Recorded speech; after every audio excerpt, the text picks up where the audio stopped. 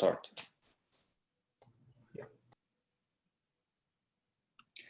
All right, good morning, everyone. Good afternoon, good evening, wherever you are. So this is the RV tutorial on monitoring of cyber-physical systems. And our presenter is Maximilian Schwenger. He's a PhD student in the Reactive Systems Group in the Computer Science Department at Saarland University. And he works at the CISPA Helmholtz Center for Information Security. He is co-author of 2 papers at RV 2020, in fact. In addition to giving this tutorial, verified Rust monitors for LOLA specifications and automatic optimizations for stream-based monitoring languages.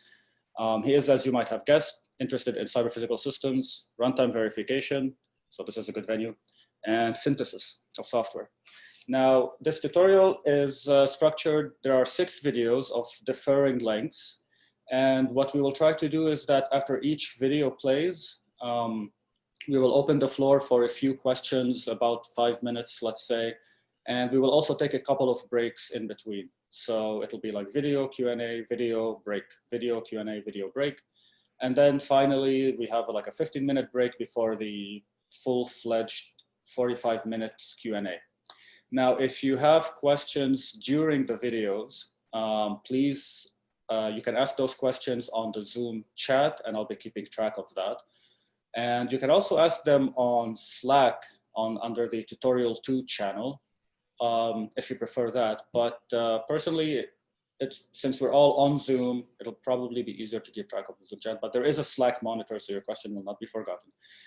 Now, normally in regular tutorials, you might have a question like, you just didn't follow a particular thing, especially since this is a tutorial. So I might, Anand, I might ask you to pause the video. I'll send you a message on the Zoom chat asking you to please pause the video in case there's a question where it's necessary to answer it for the person who asks to to understand the rest of the talk, because this is a tutorial. Again, it's not a research talk. Sounds good? Yeah. All right, perfect. So Maximilian, you want to say hi to folks? Yeah, hi everyone. You already know everything about me. Thanks for the intro. Have fun with the tutorial. Cool. So now, Anand, you can play the video, please.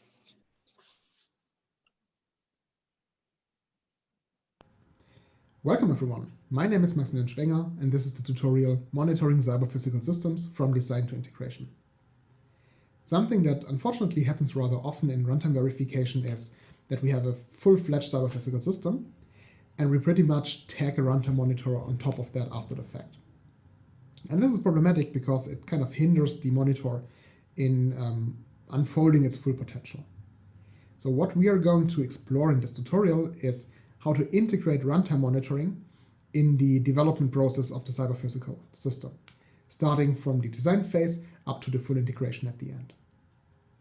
For this tutorial is separated into 3 blocks. In the first block, we are going to talk about the specification. So what kind of properties are there and what differences are there, how do we have to treat them. We will do this on the example language of RTLOLA, a stream-based specification language, and we will see how type checking and interpretation helps us in developing the specification. In the second block, we will talk about how we can get an executable piece of code or hardware out of the specification.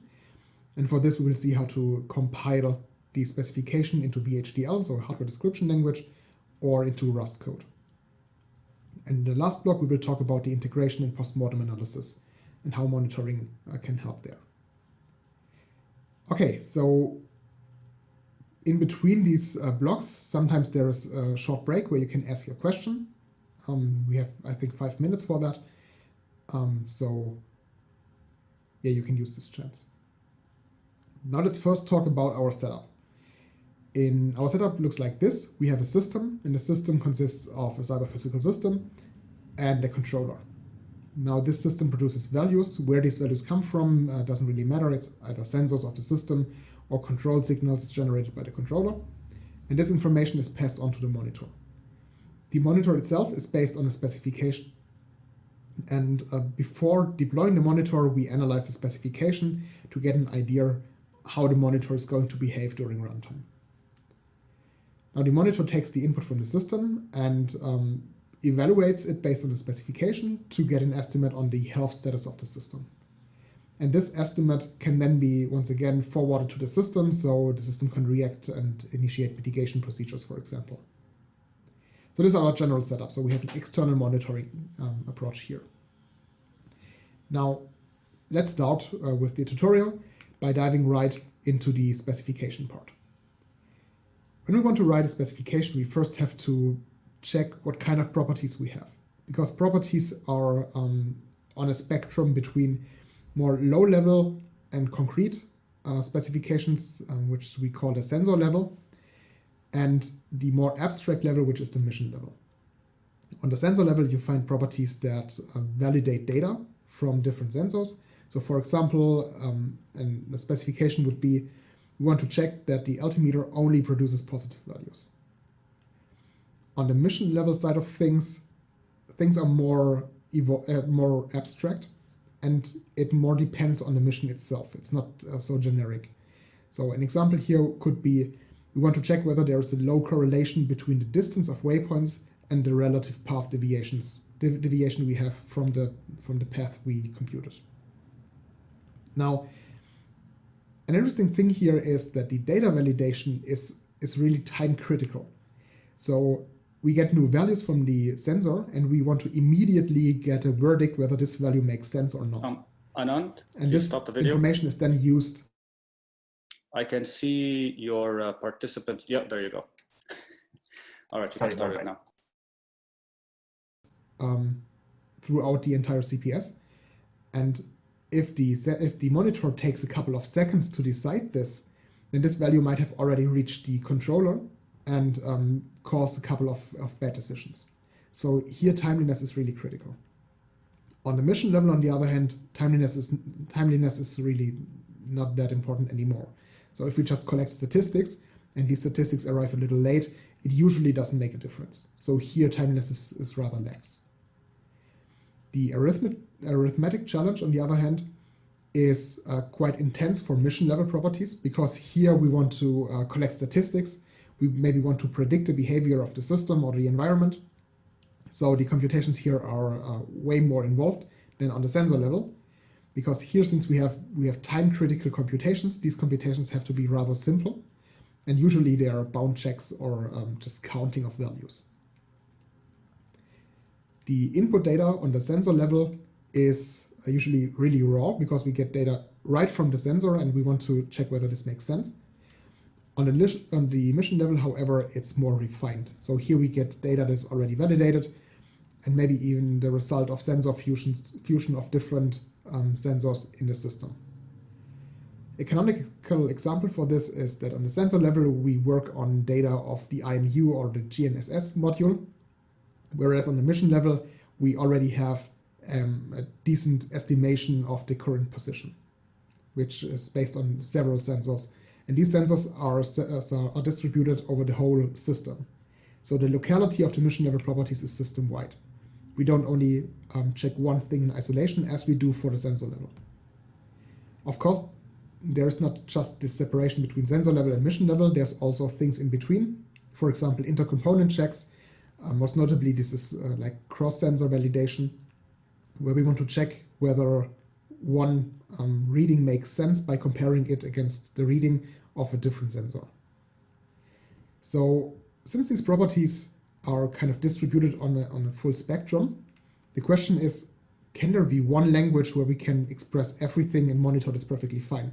So is there this one language to rule them all? And the answer is pretty much no. So languages itself are, again, faced by a lot of trade-offs. So the most prominent trade-off is the question of guarantees versus expressiveness. On the side of guarantees, we usually have logics like LTL, where we have a decent understanding of how a monitor for such a logic works and what it does, what kind of requirement it has. And we get guarantees on its runtime behavior. On the other end of the spectrum, we have highly expressive languages, like general purpose programming languages. So for example, if you take Python, you can pretty much express anything in there, but you have very little idea of how it's going to behave during runtime. You need intensive analyses, many of them even manual. So selecting the right language is really hard, and sometimes, depending on this on the property you want to express, you need different languages to use. However, I already mentioned what we are going to do is we will have a look at RTLOLA as a language and see what we can express with that. Things that are really interesting for the languages are, for example, the output quality. So if you, for example, take a simple logic, then the result most of the time is binary. So you get one output that says, okay, the trace was okay or the trace was wrong. And this is usually insufficient. So what we want to have is a stream-based language that gives us information all the time. So at any point in time where something interesting happens, like a new sensor reading arrives, we want to get an output, and the output tells us whether everything is going fine or not. So we have immediate feedback. And this feedback is better quantitative. So it's not just, yeah, everything is fine or not, so Boolean, but it is quantitative, telling us how wrong we are. This can be really useful to when supplying this information either to the controller or when the whole mission is over to analyze how the system behaved. The next point that's interesting is the expressiveness. For the expressiveness, it depends on what kind of property you want to express. You need an expressiveness that is sufficient for this. And RTLOLA mainly focuses on arithmetic expressiveness. So arithmetic in logics is usually a problem and simpler in programming languages. And RTLOLA also focuses on clarity. So for example, logics are really concise, and this is pretty nice for short properties, because you only need a couple of symbols and you have expressed everything and everyone knows what's happening. But as soon as the specification grows larger, logics tend to become kind of cryptic. And programming languages and also RTLOLA are different in this regard, because here we usually can still understand what's happening because everything is more modular. Then the next thing is the integration. Here it depends on what kind of system you have. So if you have an embedded device with really low resources like a microcontroller, then you usually don't want a solution, a monitor that requires a Java virtual machine, because it just can't run on the microchip. So here you have to choose what do you want. And also the general system architecture plays a role. Do you have space for a software solution? Can you integrate a hardware solution? So here it depends on what you want. And RTLOLA provides a compilation to hardware and to software, which gives you a little bit more freedom than just having one compilation.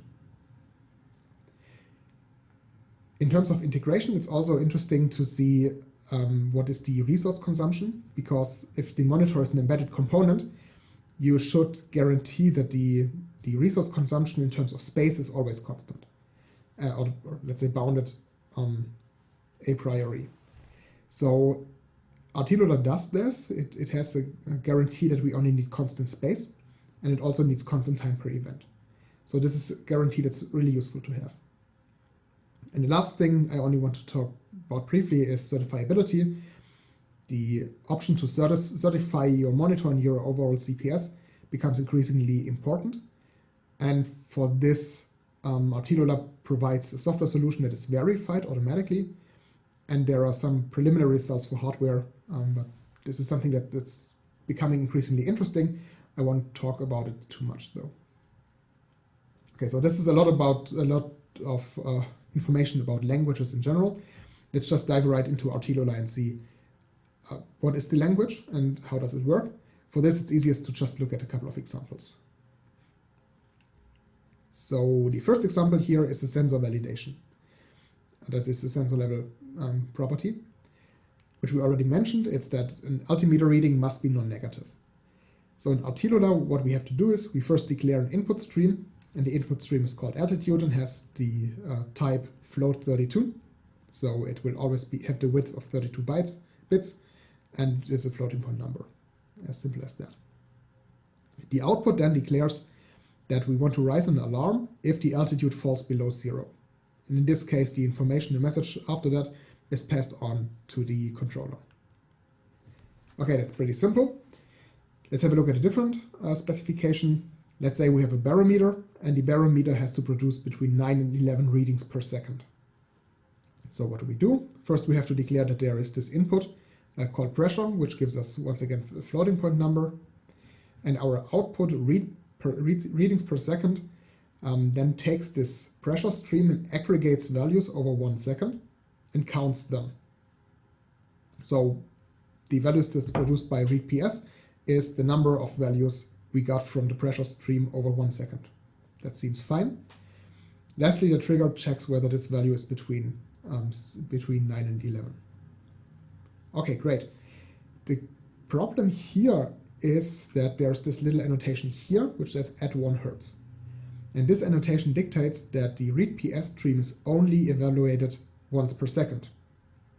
However, the problem is that this is what we call isochronous. That means we know statically when these points in times will be.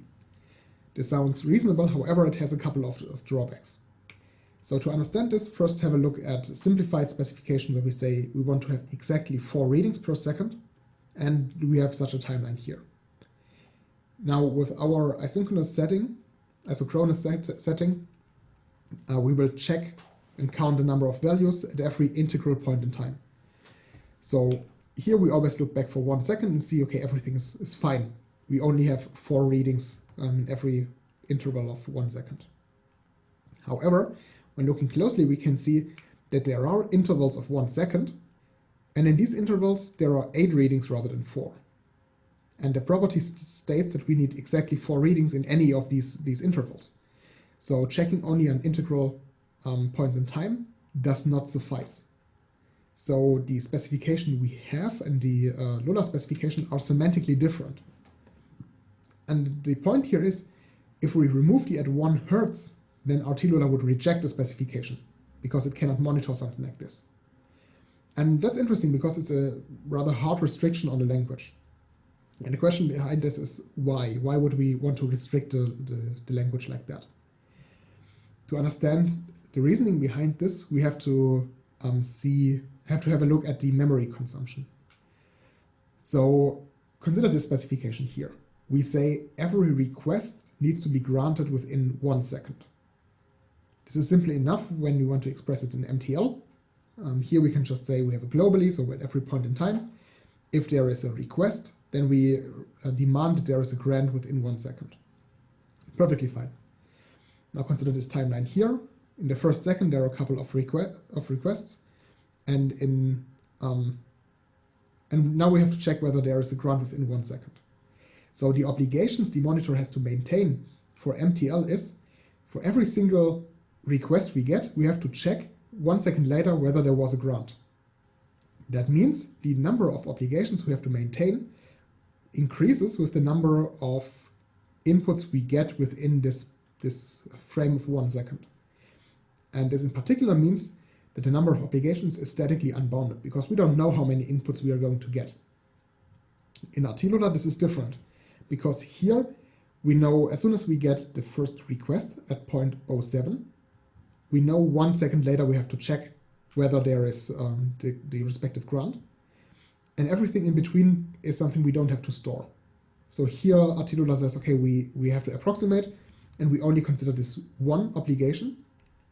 And as soon as the obligation is completed, we can start a new obligation. So if there is a request after the point in time t equals 1.07, then we start a new obligation. And this obviously is not the same expressiveness, so there's a difference in semantics. But the point is, for MTL, you need unbounded memory, and RTLOLA can guarantee that you only need bounded memory. So here, RTLOLA restricts the specifier, and it does so to enable static memory bounds. And this restriction is enforced over the type system. I will first give you a chance to ask questions, and afterwards we continue with the type system. Now,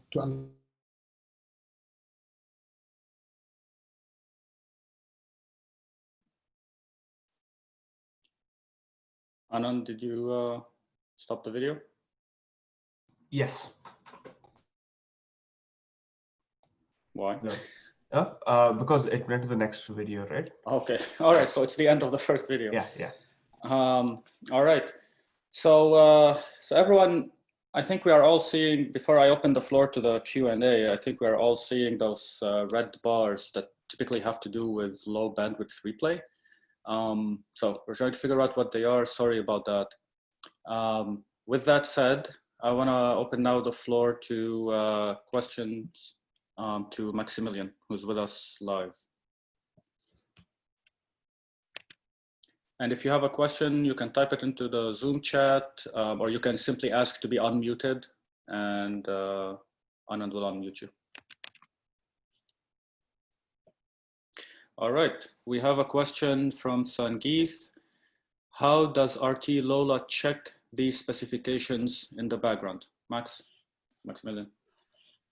So do you mean the restrictions on the specification, or how RTLOLA generally works? So Anand, perhaps you can unmute Sangeeth so they can have a... Hi, yeah, thanks for the nice presentation. That's the first part. So I was thinking like, so you were talking about how MTL checks the specs. So it incrementally checks, right? So similarly, how do RTLOLA verify whether a spec is correct or not? Does it use some rewrite system in the background? Does it use some sort of automata? So what is a mechanism that happens in the background? That's my question. Is it clear? So for the checks, how we restrict the specifier, this is something that will happen in the next video. So this is about the type system, and the actual implementation then uses stream memory, and it just keeps track of these applications that are still open. Oh, okay, thank you. So that's what's happening. Does this address your question? Yes, I'm looking forward for the next part to understand more. Okay, sure. Yeah. Thank you. All right. Any, we have time for one, maybe two questions.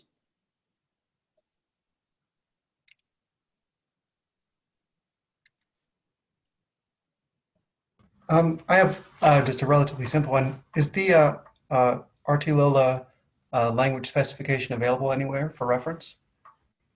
The language specification is available via examples. So the full implementation is available on GitHub, so you can try it out there.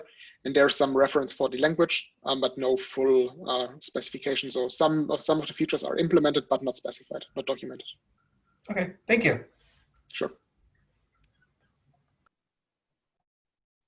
What have you deployed RTLOLA on, Maximilian, in terms of like real data streams or applications, etc.?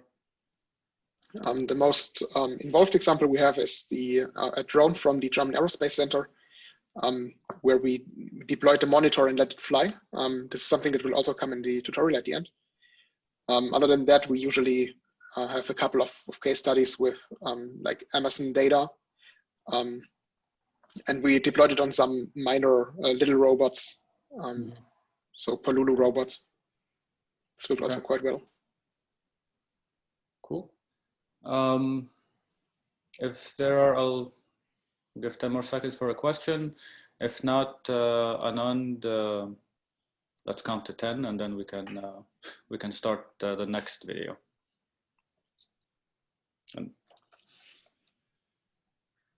And all right, let's start with the second video of this tutorial. Go ahead. Understand how the static enforcement works, let's have a look at the type system. The RTLOLA type system is twofold. We have value types and we have pacing types. Value types are just the regular old type you know from pretty much any type language. It states the shape and interpretation of a value. So for example, if a value has type int64, then we have to interpret it as an integer, and it consists of 64 bits. Pacing types, however, are far less common in programming languages.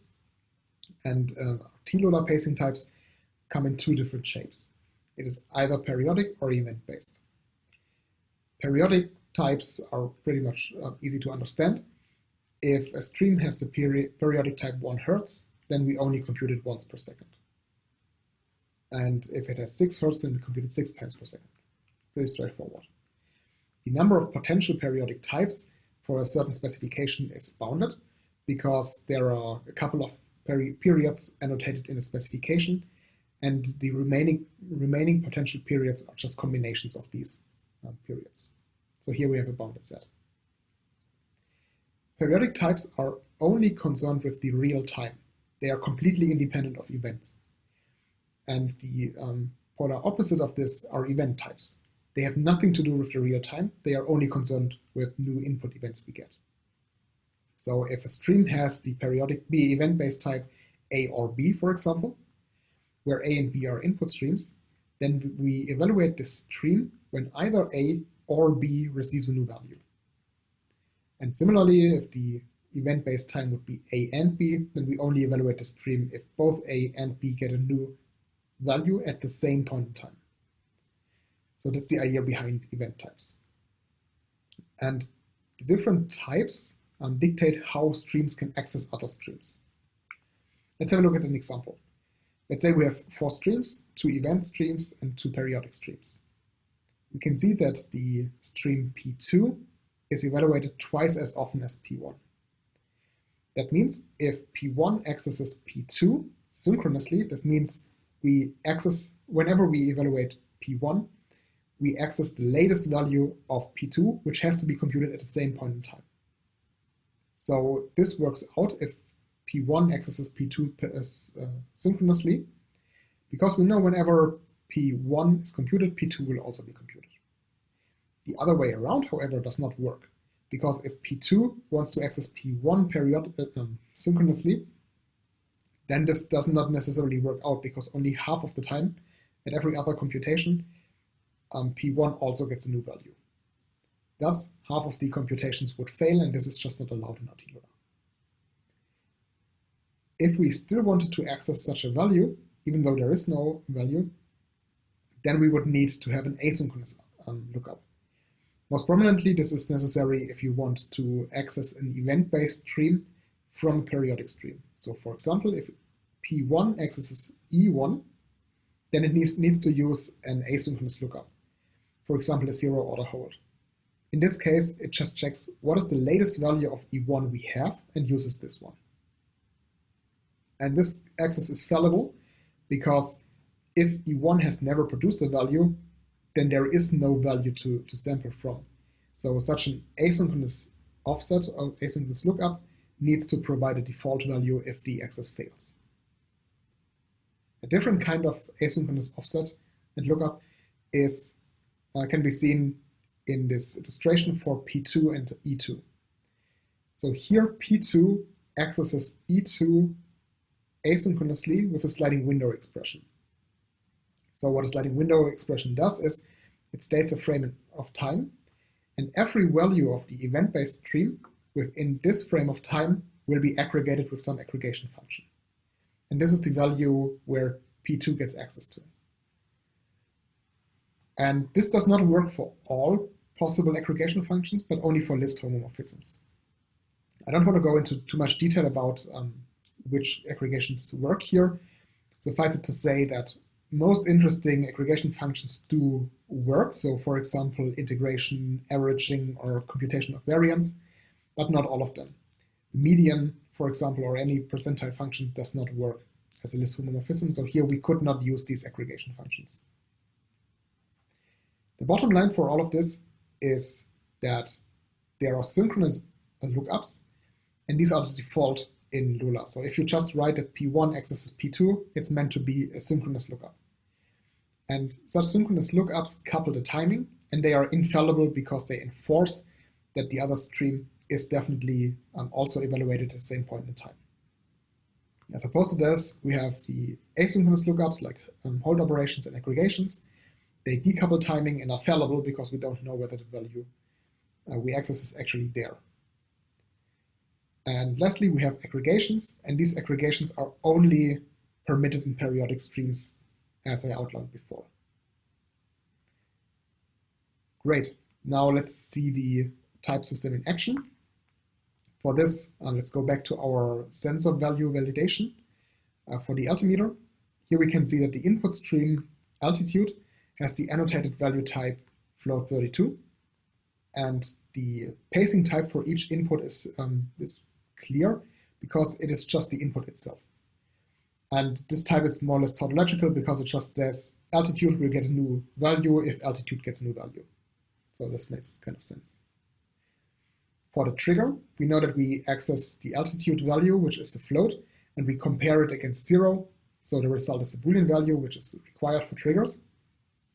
And the timing is coupled to altitude because we access it synchronously. So the type of the trigger is Boolean altitude. And this is kind of critical here because the pacing type is coupled to altitude, which ensures timeliness, because whenever altitude gets a new value, we immediately evaluate a trigger condition and give an output. And this ensures that we cannot just wait with the evaluation here. Okay, let's consider the second sensor validation for the barometer. Once again, the input stream is a float 32 and the timing is itself. And the output stream here performs some counting. Counting will always result in an unsigned integer value. And the pacing is the annotated pacing here of 1 Hertz. So the type is UN32 and 1 Hertz. The trigger expression then accesses read PS twice, meaning that it couples its timing to the 1 Hertz, and it produces a Boolean value because it compares it against constants. Great, now let's have a look at 2 more outputs. Suppose we have an output X, which just aggregates the pressure stream somehow. This would immediately be rejected because it's an aggregation without an evaluation period or frequency, so this is not possible. And the output Y would multiply the number of readings we got per second with the pressure value for whatever reason. The point here is this would also not be allowed because it mixes periodics and event-based types. So these are rejected. Now, let's have a look at a cross-sensor validation. So let's say we have 2 different readings for velocity, velocity 1, velocity 2. And we want to see how far they deviate. So what we would do is we write an output stream deviation, and this computes the absolute difference between velocity 1 and velocity 2. Now implicitly, since deviation accesses both input streams, the pacing type of deviation would be the conjunction of both. So we only evaluate deviation when we get a new value for velocity 1 and velocity 2 at the same time. And sometimes this is exactly what we want, but sometimes it isn't. So what if we wanted to evaluate deviation when we get either velocity 1 or velocity 2? In this case, we could just annotate this explicitly by saying we have an output deviation prime with the pacing velocity 1 or velocity 2. However, we also have to adapt the expression a little bit, because now what's happening is, if we get, suppose this is the first time we ever get an event, and there's only velocity 1 in there. Now we cannot compute deviation prime because we have a value for velocity 1, but none for velocity 2. And the other way around if we only had a new value for velocity 2. So to compensate for this, we as a specifier have to define what exactly we want to have, what behavior we want to have in this case. So here we could, for example, use the hold operation instead, which decouples the timing, and we have to supply a default value for this. In this case here it's 0. For the type system, what's happening is the sub-expressions here would get the expected value type, and the pacing type is any, because hold does not impose any pacing, so any states, well, we have no idea what kind of timing we want to have, it can be anything. In fact, the whole expression of deviation prime has the pacing any. And thus, the RTLOLA forces the specifier to also state what the timing is supposed to be. Because if the expression does not yield any information on the timing, we don't know when to evaluate deviation prime, so the specifier has to supply this information. And what this really shows is that the strong type system supports the specifier in their quest of specifying what they have in mind. And this increases the confidence in the specification. It's really similar to different programming languages where a strong type system forces the programmer to really state and think about what they want to express. And thus, if they find a piece of code, or in this case a specification that goes through the type system, the type checker, then we have some confidence that the specification cannot be completely wrong. Okay, so much about the type system. Before we go on with a more involved example of RTLOLA, you once again have a chance to ask questions.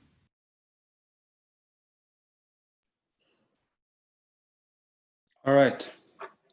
So that was the end of video 2. I will now open the floor for a couple of questions and then give everybody a 5-minute break, during which we will try to do some magic about the red bars by hosting the video by somebody else. Any questions to Maximilian?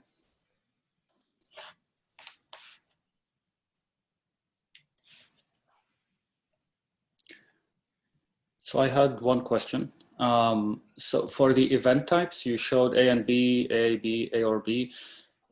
Is it literally just those expressions, or is it can you use more general Boolean expressions over n Boolean variables? You can use any Boolean expression, which doesn't mean that we need a subsolver for type checking. Subsolver, but it does work. So it's actually not too much of a problem. Okay. Because during the evaluation, we don't need this anymore, right? We can just pre-compute the dependencies. Sure. Thank you. Sure. Sangeeth, did this help with your question from before that?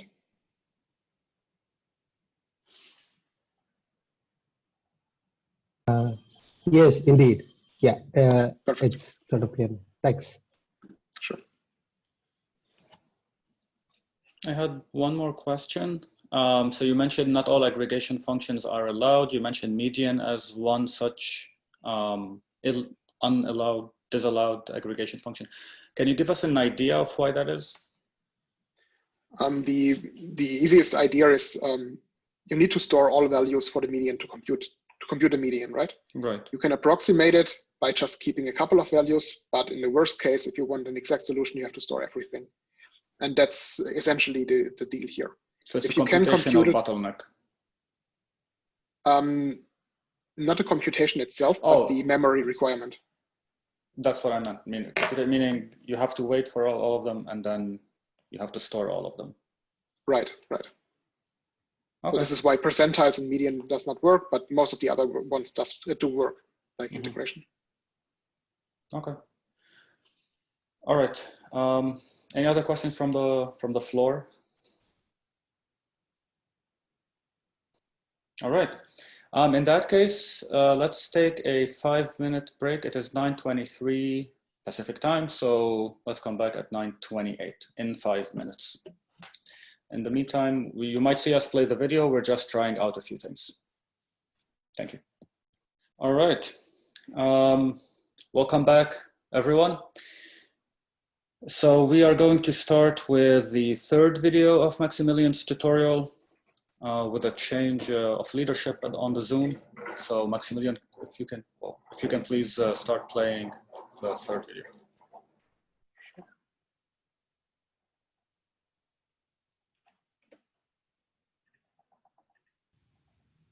Okay, with our newly acquired deep understanding of the RTLOLA type system, let's come up with a specification for an interesting mission statistic. Suppose we want to compute the correlation between the distance between waypoints and the relative path deviation we experience when traversing those waypoints. The first thing we have to do is define the input streams, and for this we have the WP stream for waypoints and the position. Now suppose we only get a new waypoint when we reach the last one. Now, the first output we want to compute is the distance between two waypoints.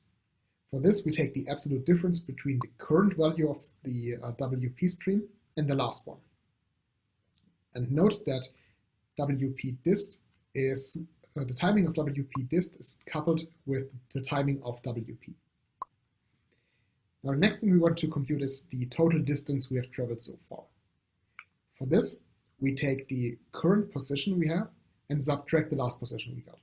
So this is the delta in the position, and now we sum this up in the stream by referring to the last value of total dist with an offset of -1.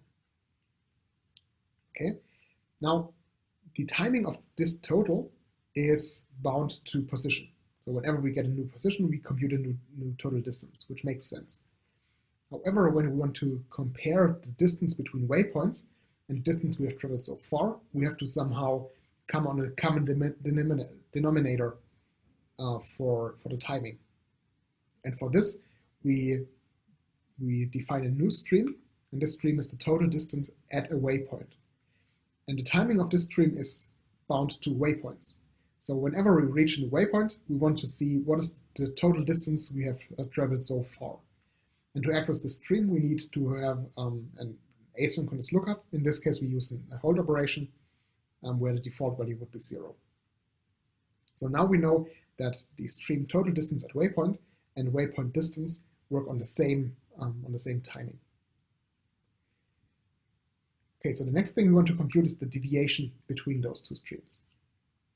So we take the absolute difference between two components. The first one is the distance between two waypoints. And note that here we have to access the last value of WP dist, because we only compute a deviation at points where we get a new waypoint. We don't need to use the distance from the current position to the next waypoint, but from the last waypoint and the position we were before that. So we use the offset operator to get the last value of WP dist. And the second component of the difference here is the distance we traveled to reach the current waypoint. So for this, we take the current total distance at a waypoint that we have traveled and subtract the one we had at the last waypoint. And this is the difference in the total distance we traveled between the last waypoint and the current one. So the absolute value then gives us the deviation from the optimal flight path we had. Okay, now we do have the deviation and we have the distance of waypoints. And we want to compute the correlation between these two signals. So we first have to define one stream containing the information for both streams. So we define a new output distance versus deviation, where this is just a pair of the WP distance and the deviation. And the timing of this stream, once again, is bound to the waypoints. Now we want to have the covariance between those two streams. So we use an aggregation function that is indefinite. So it has the infinity symbol for the over duration. And we use the covariance aggregation function. Similarly, we compute the variance of the distance stream and the variance of the deviation stream. And now that we have these three values, the only thing left to do is compute the correlation. And for the correlation, we take the covariance and divide it over the standard deviation of the deviation stream and the distance stream by just squaring the variance. And that's it. That's how we compute the correlation here. And of course, this is just a value, and we could then again define triggers to see what we can do with this value. The main takeaway message from this specification here is that we have seen a couple of interesting things we can do for sensor level specifications. And this is a mission level specification. And here we once again have primitives to express these abstract and mission level properties quite conveniently. And okay, that's all. Now we have the specification. We run it through the type checker and it's happy. So we got a spec. Now, what do we do next? And there's two things I still want to discuss. First, we want to see how to further increase the confidence in the specification. And second, we want to analyze the complexity of it to some extent. So we want to know what is the memory consumption and have a rough idea of how long it would take to evaluate the specification. Now, to further increase the confidence, what we do is we want to validate a specification using interpretation. And there's a key thing here. When developing a cyber-physical system, it's not like we fully develop the system and then we deploy everything and run the first mission. That's not how it works. Before that, we have test runs, and these test runs are in controlled environments. And here we check how does the system behave under certain circumstances. And this information of the sensor readings and everything is recorded. These records can then be used for the validation of the specification. So here we take such a log, we manually annotate what should happen, what should the monitor report at certain points in time. And if we then have an interpreter for the specification, then we can just use the interpreter, give it a specification and log, and see what happens. And such an interpreter was presented at CARF last year. And here we had a specification where we checked for GPS frequencies. We detected jumps in the GPS IMU module, and we detected hover phases. So the specification was not really trivial. And still, if we had a log over 430,000 events, we evaluated everything, and the interpreter needed around 1.5 microseconds per event, running at 146% processing power. The stack size here was less than 1 kilobyte and required no heap. The main part here is that the interpreter didn't need any specific hardware architecture. So it was not run on hardware, it was run on any machine. If your machine can run C code, then your machine can also run the interpreter. And the running time is remarkably fast and sufficiently fast to enable rapid development. So the idea here is that if you have a specification and you have these log files, you can just check whether the specification makes sense on these files. And this allows you to have a couple of test runs for your specification, and this greatly increases confidence in the spec again. So that's quite neat.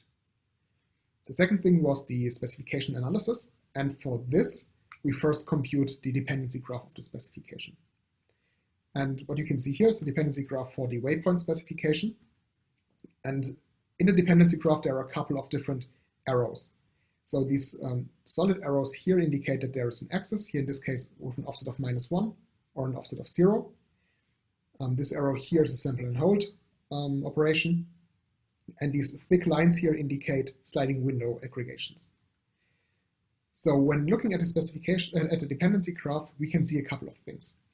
We know sliding windows are more expensive than normal lookups. So the more of these thick lines you have, the more intense the computation is.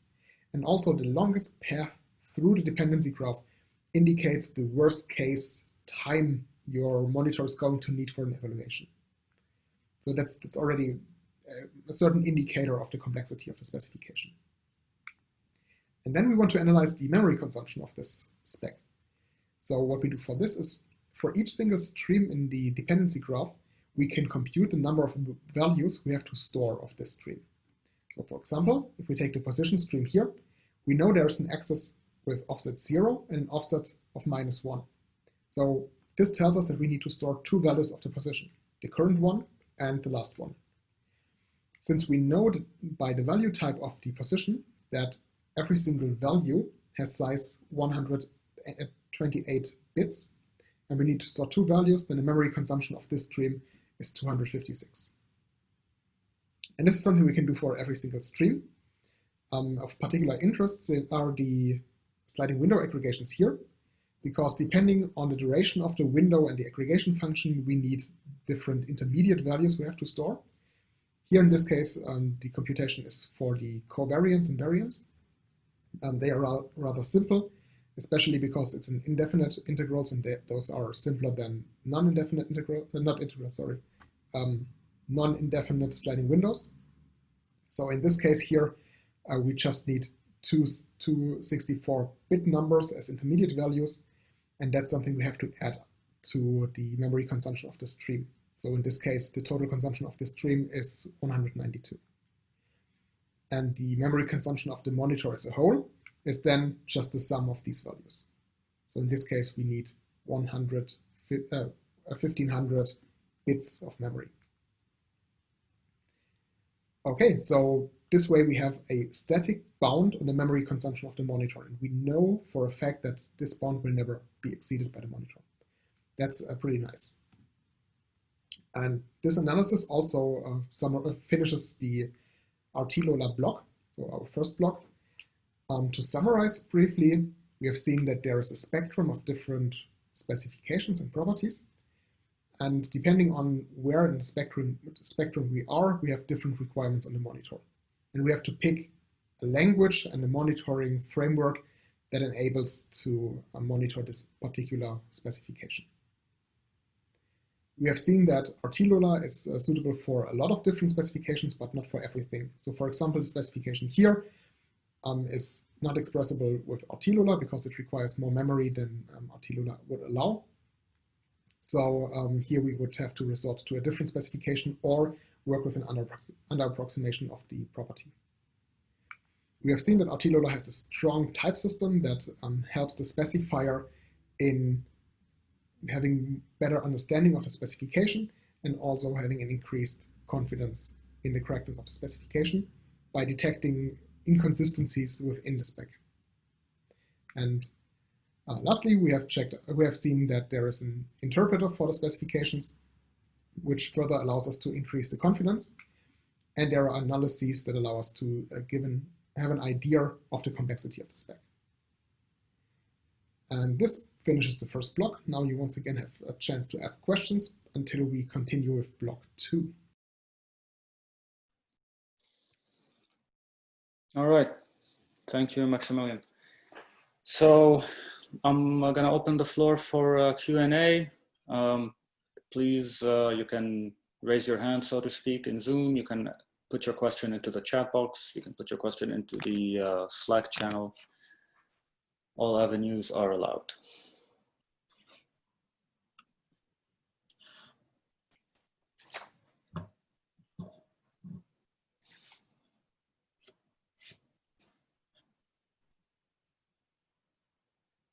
So I did have a question. So the example you showed us with the deviation or a correlation calculation, I might have missed something, but it seemed like you were mixing event-based streams and periodic streams. So some of them had the at 1 Hertz annotation, and some of them had at WP, where WP is an event. So it is not that you're not allowed to mix, period. There are certain types of mixing those two, meaning you can take products or divisions between those two that are allowed, right? So is there so what's the difference that makes the difference? What is allowed, what is not, broadly speaking? And the difference is whether the access is synchronous or not. So if synchronous means that we couple the timing, if one stream accesses another synchronously, then we can only extend it when the other one is extended. That's the idea. And if you, for example, want to multiply them, then you have synchronous accesses to both streams. Okay. If you want to multiply 2 streams. If you insert an asynchronous lookup, for example, a sliding window aggregation or a hold operation, a sample and hold operation, then this works all the time. You can always access another stream asynchronously. Right, because you're assuming something about the values you don't see. Right. 0 order hold. Okay. Yeah. Okay. Does it get complicated at some point? Like, you know, you're building up a big expression. Do you, as a user, you have to keep track? I mean, there's a type system that will tell you this is not allowed, but as a user, do you have to somehow keep track of, you know, I've built this expression 10 levels deep and there's an access somewhere that wasn't allowed? So this is a decent concern. So I'm not entirely sure whether it's never a problem. However, for the specification we had in mind before, or we specified, it's usually only even interesting in a couple of places. Usually you build all your computations based on some input, and then everything related to this input is timed by this input. Okay. Or everything that is periodic with a certain frequency. And only at this very few points where you really want to connect these two timelines, so to say, then you have to think about this and see what you want here. Okay. So in these few cases, you have to keep all of the timing in mind. Otherwise, it's usually not a problem at all. And the type inference can just deal with everything for you. Okay, thank you. Any other questions from the floor?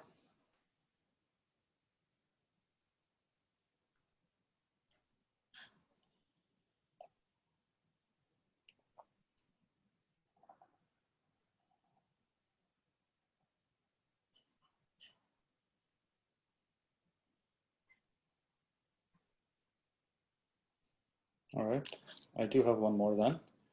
You mentioned the memory calculation. So you showed that for this particular expression, it's simple enough by looking at the tree. This is the memory consumption that's required. Is there also a theoretical guarantee that for any expression you write in RTLOLA or in a fragment perhaps of RTLOLA, the memory is upper bounded by O(n) for some relevant quantity n? not necessarily n squared, whatever. So a theoretical guarantee on the memory consumption of any, or almost any RTLOLA spec. Someone asked a question in Greek, which is interesting. I'm learning Greek right now. Maybe the monitoring is not endelo spasitiko. What is spasitiko? Passive. Maybe the monitoring is not, my partner is Greek, she's here. Maybe the monitoring is not passive. So Anna Stemp, you asked your question in Greek. Could you ask it in English? I'm assuming most people speak English here, but not Greek. Δηλαδή, αν παρατηρείτε κάποια. Okay, this is interesting. Basilo, I turned off the video. Can you please read this question for us? The monitoring It's not passive. Δηλαδή, therefore, if it αν παρατηρείται κάποια παραβίαση της λογικής. No. If there's observed some kind of violation of the logical expression to correct or to throw its price or value. Yeah. It's fine. All right, we gave it a shot, didn't work out. So maybe we'll come back to it a little bit later, but it is the end of the 5 minutes Q&A. Oh, Zach has a question. Does RTLOLA automate the analysis of memory requirements for any given specification? Yes, simple answer, yes. Everything I presented can easily be implemented on the dependency graph, and we need a dependency graph for the evaluation, so that we can conduct this analysis without further ado. And to answer your question from before, Hussam, if with n, it's you mean the number of inputs, then we never relevant quantity. Yeah, right, because this is a streaming, you don't depend on the number of inputs, but some relevant quantity measure of size. So the memory consumption is always bounded on the size of the specification, linearly. Okay. So maybe depending on the depth of the expressions and the number of streams. So if this is all in your size of the specification, then it's linear, yeah. Perfect. All right, thank you very much. So without further ado, let's start with video number 4, please, Maximilian. Okay, this is block number 2. Okay, let's continue with block 2. Block 2 is concerned with the compilation of a specification into hardware or software. Let's first discuss the differences between interpretation and compilation. The difference is twofold. One thing is that the interpreter is extremely versatile. It does not know what kind of specification it gets as an input, so it needs to cope with every single possible specification. Thus, the code is pretty much convoluted and hard to verify or argue in any way why it is correct. The second difference is that the interpreter, when it is compiled into executable code, doesn't know what kind of input it will get, so it cannot possibly be optimized for a certain specification. And both of these things are extremely detrimental when designing a CPS, so it makes sense to opt for a compilation instead. So in the compilation, we take a specification and compile it into some high-level code. In the case of our hardware compilation, this high-level code is VHDL code, where VHDL is some hardware description language. And this VHDL code will then be compiled down to something executable. In our case, this is a synthesis procedure where we realize the code onto an FPGA. Now for the compilation from specification to VHDL code, there are 3 challenges that we want to tackle. First, we want to keep the circuit cost as low as possible by reusing logic whenever possible. Second, we want to utilize parallel execution to further improve the performance of the monitor. This is particularly interesting for hardware because here parallelization is pretty much for free, if possible. And lastly, we need to take care of the split between periodic streams and event-based streams. So let's see how we do this. The general overview looks like this.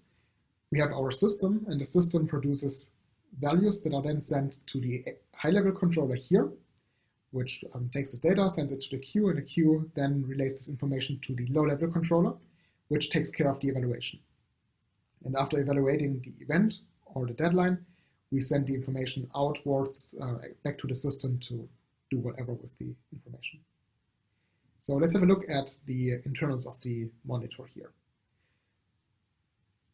The HLC consists of pretty much three components. We have the reception component, which takes care of accepting events from the outside, so from the system, and it has an internal clock which takes care of deciding when we have to evaluate periodic streams. And the information from both of these components is sent to the queue connector, and the queue connector unifies this information in such a way that what gets out of the queue connector is generic enough such that the LLC does not need to know whether the information it gets represents a deadline that is due or an event that is that has arrived at the monitor. So this way, we first of all take care of the split between periodic and event-based, and we reduce the circuit size of the LLC because it's agnostic towards periodic or event-based computations. And then the LLC is built in such a way that the evaluation utilizes parallel execution whenever possible. So let's first have a look at the HLC in detail.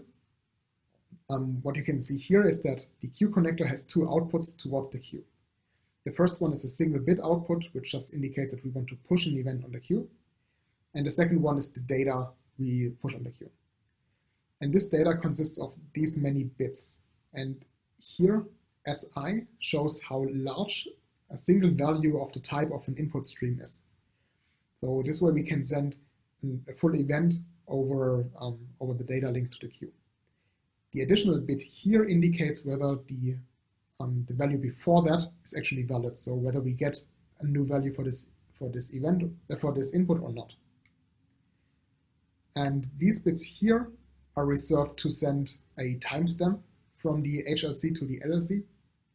And lastly, here we have n bits, where n is the number of output streams we have in the specification. And this is a unary encoding showing which output streams are affected by either by the deadline or by the event that we received. So to understand this encoding in detail, let's have a running example here. And this is my variation of a specification I showed you before. Here we again have two input streams, velocity 1 and velocity 2. We compute a deviation of them, and we compute whether this is a lasting deviation by checking 3 consecutive readings, values of the deviation stream, and decide whether they all exceed a certain threshold. We have a trigger if this is the case, and we have an output that checks computes the average deviation with a sliding window over 10 minutes, and the trigger checks whether this value exceeds another threshold. Now, if we get a new event, and this event only covers velocity 2, so we get a new value for this stream only, then we can see that the first 64 plus 1 bits are 0. The first 64 bits indicate that there's no value, or this could be pretty much anything. And the last bit is a 0, which indicates that there is no update for velocity 1. Then the next bits are the value for velocity 2, 64 bits, and 1 bit indicating that this value actually makes sense and is a new update. Then we have a timestamp, the timestamp when we received the event, and we have 5 zeros. And this shows that none of the output streams is supposed to be evaluated because deviation has a pacing that needs both velocity 1 and velocity 2 at the same time, which is not the case for this event. Then we have the lasting deviation stream, which depends on deviation. And since this was not extended, lasting deviation is also not extended, and the trigger depends on lasting deviation. Lastly, the average deviation here is a time stream, so it's unaffected by the event anyway. So this is why we get 5 zeros back here. Now suppose that the next event covers both velocity 1 and velocity 2. Then we send both events here, both with a 1 at the end, indicating that this is an actual update for the input. And we send the timestamp. The affected streams are then the first 3 output streams because they all depend on deviation, and deviation can be computed since we get an update for both velocity streams. Lastly, assume we are at time point 100 seconds. In this case, we have to compute the average deviation here because the frequency is 10 millihertz. So in this case, we do not get an update for any of the input streams. We send a timestamp, which is 100 seconds, and we indicate that the last two streams have to be evaluated. And what happens here is that by doing this, we already fulfill two of our challenges. First, the LLC can be agnostic to periodic or event-based streams. So we reduce the circuit cost, and we have taken care of this split. So these two challenges are taken care of. Now, let's have a look at the LLC. Here we can see that the LLC consists of two different state machines. The first state machine here just takes care of communicating with the queue. So it's the simple three-state machine where we are idle, then we pop something from the queue, and we evaluate. And while we are in this evaluate state, the other state machine traverses itself once, starting in the idle state, then going through different evaluation modes and returning to the idle. And at this point in time, the other state machine also goes back to idle. Now the question is, why do we have different stages of evaluation here? And the answer has to do with the parallel computation. So let's have a look at the dependency graph of the specification. Here we can see that the deviation stream depends on velocity 1 and velocity 2, and both the average deviation and the lasting deviation depend on deviation. However, they do not depend on each other. So it doesn't matter in which order we evaluate these two streams. In particular, we can also evaluate them in parallel. And this parallel execution comes for free in a hardware setting. So that's something we want to do. And you can see that each of these levels here, each of these layers, represent a part of the specification that can be computed in parallel. And this is what's represented by these different stages of the evaluation here. So in the first stage here, we update all input streams. In the next one, we update everything that is in the certain layer of the dependency graph, in this case, just deviation. And then next layer, we have the lasting deviation stream and average deviation, which we can compute in parallel. And in the very last stage, we compute both triggers at the same time. So this way we can utilize hardware parallelization quite well. Okay, and for our running example, this then looks like this. We have these different stages, and the trigger stage here, those two triggers are then connected to the system and provide feedback if necessary. Okay, now we have the compilation. We have understood the compilation. Now we wanted to evaluate empirically what happens here, and this is the results. So we had two major specifications. One was a large drone example where we once again cross-validated a couple of sensors. And we had a network example where we checked whether some spurious network connections took place. And what we found is that the memory consumption was really low, as expected. Here in this case, we needed 3,000 flip-flops, and each flip-flop is a 1-bit memory cell. And for the network, we needed less than 2,000 memory cells. And the power consumption, this is the peak power consumption, was around 1.6 watts, which is extremely low and usually doesn't pose any problem on the system at hand.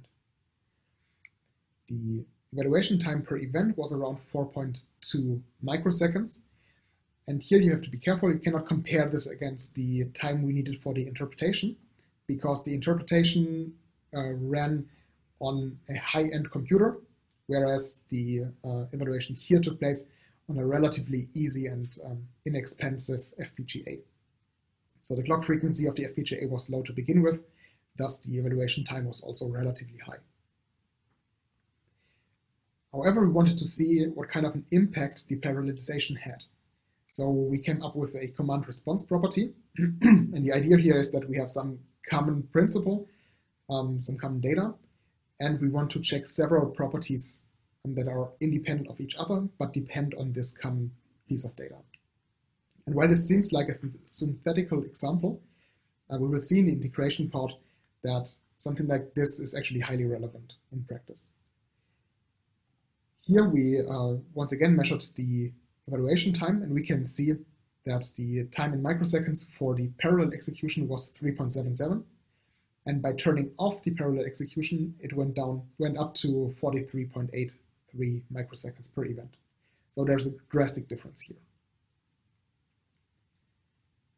Okay, to summarize, this is the hardware compilation. So we compiled the specification into 3 parts: a high-level controller taking care of the timing behavior, a queue as a connector between the HLC and the LLC, and an LLC consisting of 2 state machines that utilizes parallel execution of the hardware. And now you again have a chance to ask questions. All right, thanks. So as Maximilian promised in his video, chance to ask questions. Any questions from the floor?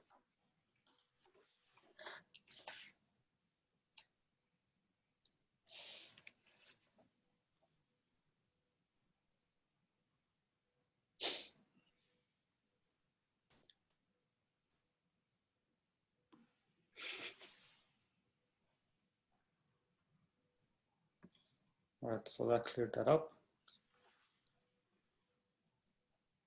So Maximilian, out of curiosity, what did you use to measure the power in hardware? The tool we used to synthesize. Yeah, go ahead. The tool we used to synthesize actually computed this for us. It was Vivado Design Suite, and this just gave us the information. But is it measured power or is it estimated power by the tool? It is estimated power. Okay. So those, maybe my information is out of date, but back in the day when I used to work on these things, power estimates are obviously based on models and things like that. And I guess the quality of the estimate is worse or better depending on how high level you're doing the estimation or how low level. You know, if you're at the circuit level, you can get good estimates, etc. Because the reason I ask is in the work I did in the past on streaming, we also were interested in measuring power consumption. And we were interested in actually like measuring it with basically from the hardware counters. And there's a lot of noise in measuring power because there's things in the background happening that ultimately you don't control, and those can affect the power measurements that you make. Even if you're making power measurements from within the hardware, basically from hardware counters that come with the architecture. Anyway, I guess something to look at because these estimates, they may or may not be reliable, it depends. Right, I don't think you should really rely on these estimates. I think they do give you an idea of how and what kind of order of magnitude we are dealing with. So in this case, we were so low that it didn't make any difference for the machine we were integrating it in. Okay. But for a guarantee, it doesn't suffice. Yeah. Okay. So there's a question from Faustin. How do you send events from a program system under test to RTLOLA? So for the interpreter, you just use, for example, you can either read a CSV file or you can receive them over standard in. For the hardware monitor, what we did, it depends on the hardware you have at hand. In our case, we send information over a regular cable, Ethernet cable, and send UDP packages. And then on the chip, we parse these packages and extract the relevant information. Okay. Faustin, you'll let us know if that answered your question. In the meantime, Zach has a question. Were you able to cross-validate the hardware's output signal compared to the software interpreter's output signal over comparable input data? So I guess, Zach, you're asking whether they checked that the hardware compilation is correct, produces the correct outputs. If so, any interesting challenges or outcomes during this process? Yes, there were a couple of things that were interesting. So we did cross-validate, and at the end, we got the right results. What we didn't realize when we started with this cross-validation was how hard it is to get all the information out of the monitor reliably. So we lost a couple of outputs just by not having the timing constraints managed correctly. This was quite surprising. But after we got around this, the results were correct. And they were pretty stable because even before synthesizing everything, we could run a couple of simulations, hardware simulations, and see what the actual signals would be. And we already cross-validated against them.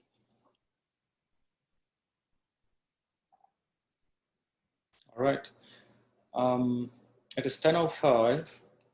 We have 33 minutes of video left, so we can take 10:05, 10:10. That leaves us with, we can take a 5-minute break. We'll be back at 10:10, and then we'll do the last part of the last third of the tutorial. So see you everybody in 5 minutes. Thank you.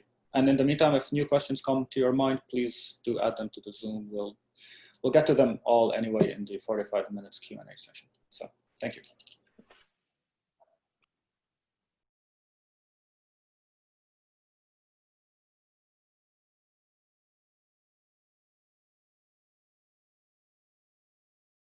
We are back to the third and therefore final third of this tutorial.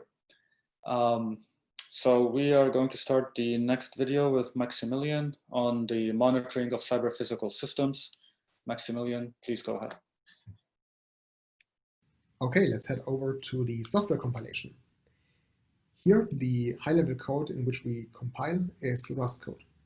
And during this compilation, we are able to automatically inject annotations, which can be used for the verification of the code. So we use the Viper framework, which translates these verification annotations into an SMT model. And it uses an SMT solver, namely C3, to then verify the model and thus verify the Rust code. And the idea is that this verification of the Rust code then translates to the executable Rust monitor. Of course, this is a story for a different conference, whether this actually works and how we can achieve this. For here, we just assume that it actually does work. Now note that this compilation here is not for RTLOLA, but for standard LOLA, so LOLA 1.0, which is the original LOLA. It looks pretty similar to RTLOLA. There are a couple of differences. One of the differences is that the offsets we can have are not just synchronous for the current value and the last value, but they also allow future offsets. So in our running example here, we have an input named altitude and we have an output too high, which checks a condition for 3 consecutive readings of the altitude. Hereby the 3 consecutive values are the last one, the current one, and the next one. So one major difference between LOLA and RTLOLA is that we have future offsets in LOLA, but we do not have any real-time and we have no asynchrony. So when we compute something, then all streams will be evaluated. This kind of simplifies things in a couple of places. The future offsets, however, need some additional work. So what we have to do is we have to consider when can we compute values. So if we get a new value for the altitude, then we cannot necessarily compute the respective value for too high, because it refers to the next value of altitude, which we don't have already. So we have to delay the computation of too high by 1 step until we get the next value of the altitude. And this delay is manifested in the shift. And to compute the shift of streams, we once again have to have a look at the dependency graph. And here this is the dependency graph for the specification. As expected, there are 3 edges from too high to altitude with the labels -1, 0, and +1. And for this specification, we want to define the shift. And the shift here is based on a dependency graph where we say the shift of a stream S. For this, we take all edges that are outgoing from S to some other stream, and we consider the weights of the edges here. So starting with the altitude, there is no outgoing edge, so we know it just defaults to the value of 0. So the shift of altitude is 0, and this is the case for all input streams. And the shift for too high here, for this we take all outgoing edges, there are 3 of them, and they only differ in the weight, which is -1, 0, +1. And we take the weight plus the shift of the excess streams, which is 0 because it's the input. So the maximum of these values is 1, thus the shift of too high is also 1. And the same holds for trigger because the shift dependency is pretty much transitive. So since we have to delay too high, we also have to delay the computation of the trigger. In addition to the shift, we also want to compute the memory requirement based on the dependency graph. And the memory requirement mu of a stream S is defined by this formula, and it depends on the shift again. Now here we have to take a different route. If we want to compute the memory requirement of a stream S, we have to check which streams do access the stream S rather than the other way around. So let's start with the trigger. So let's say S is the trigger, then we check all of the edges all of the other streams that access the trigger, which is none. So it defaults to the value 0, which makes sense because we don't have to store the value of a trigger. We compute it, we check whether it's true. If it's true, we alert the system, but there's no need to persist the value. Then for the too high stream, we once again check all incoming edges, which is just the one from the trigger, and the shift of the trigger is 1. The shift of too high is also 1, and the weight is 0. So 1 minus 1 minus 0 is 0, which also makes sense because we compute a value for too high, and this value is just used to compute trigger, and it does not have to be persisted again. It's just used in this one evaluation cycle.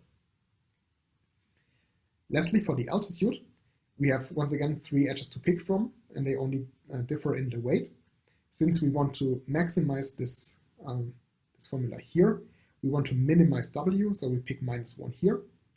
And the shift of S prime, which is too high, this is 1. The shift of altitude is 0, and 1 minus -1 is plus. So here the memory requirement is 2.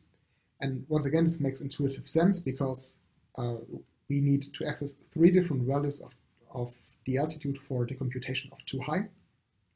And since so we only have to persist 2 values because we get 1 new value, we compute something, we can evict one of the 3 values and keep the remaining 2.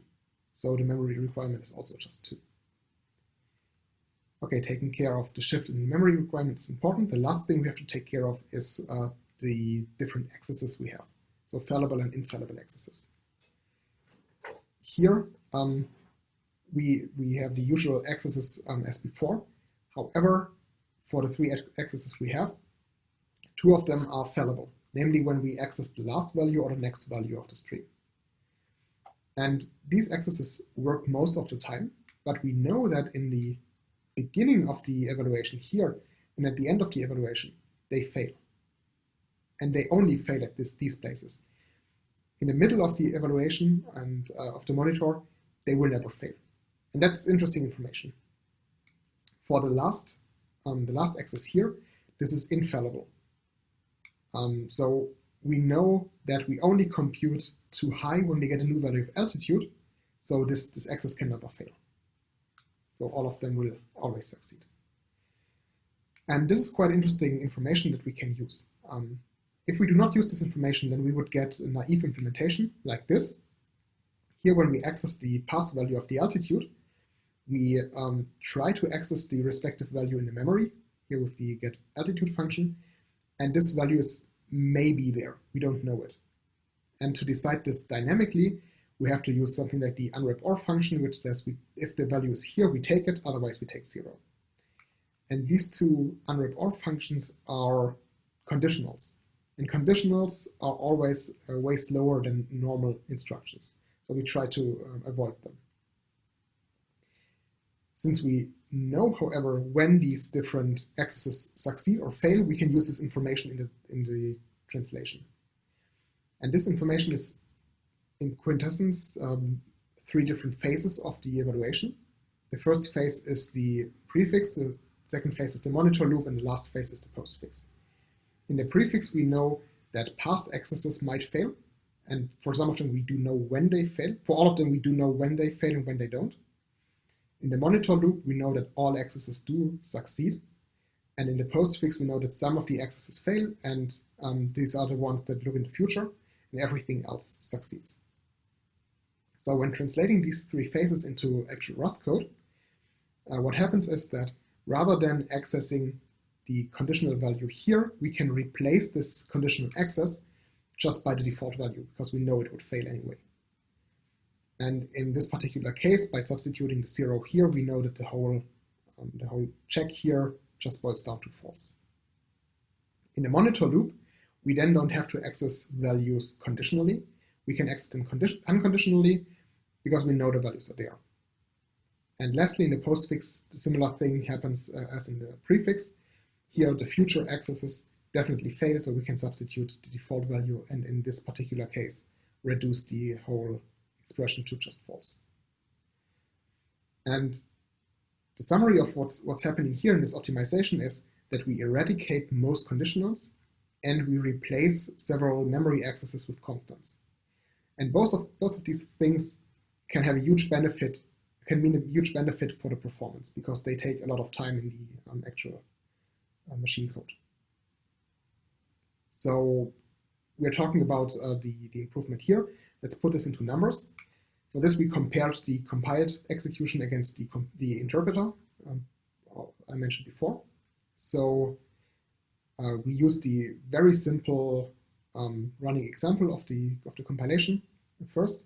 And here the interpreter needed around 400 nanoseconds per event, whereas the compilation only needed 6 nanoseconds, which is 1.4% of the running time. And for a more involved example, we took a network specification, and here the interpreter needed 1.5 microseconds per event, whereas the compilation still needs 60 odd nanoseconds, which is around 4%. So we have a huge gain in performance here. However, even the best gain in performance is no use if it's not correct. So let's talk about the verification of the monitor. The major challenge for the verification is that in Lola we argue about streams, and streams are infinite sequences of values. So this is all good and well. However, in Rust we don't have any notion of infinite sequences of values. We only have a finite piece of memory, and this excerpt of the stream has to suffice. We know how large this piece of memory has to be, and it is the memory requirement we computed before. And now we want to show that these values are the same as the ones in the theoretical Lola model. To do so, we introduce the ghost memory layer, and the ghost memory is only used in the Viper verification. And there are two things we have to show. The first thing is that every value in the Rust memory, this is the only real memory we have, is the same as the respective entries in the ghost memory. And the second thing we have to show is that every value we enter into the ghost memory in Viper is actually correct with respect to the Lola semantics. And to prove these two things, we have to add a couple of different annotations in the code. The most interesting parts are the invariants for the monitor loop. So let's have a look at that. So this is the monitor loop, and the first invariant we add is this, where we have a value I, and we universally quantify over this I. And I ranges between 0 and the memory consumption of A. This way we can access every single value in the finite excerpt of memory we have in Rust. And here we show that if we access the memory, the actual memory for this index I, the value is the same as the respective entry in the ghost memory. So this proves the first part of the verification. And the second part is this invariant here, where we say if we compute a new value for the toHigh stream, then this value here is computed based on the Rust memory. So this is the actual value we would get when executing the code. And this has to be the same as the same computation, but using the ghost memory instead. So this value here is purely theoretical, because we would never compute it since we have no access to the memory in the actual execution. Whereas the value on the left-hand side here is the value we get in Rust. So this way we show that, that this value here we compute in Rust is the same as the theoretical value, and this is also the value we would enter into the ghost memory. So putting these two things together, we verified that the Rust code is actually correct.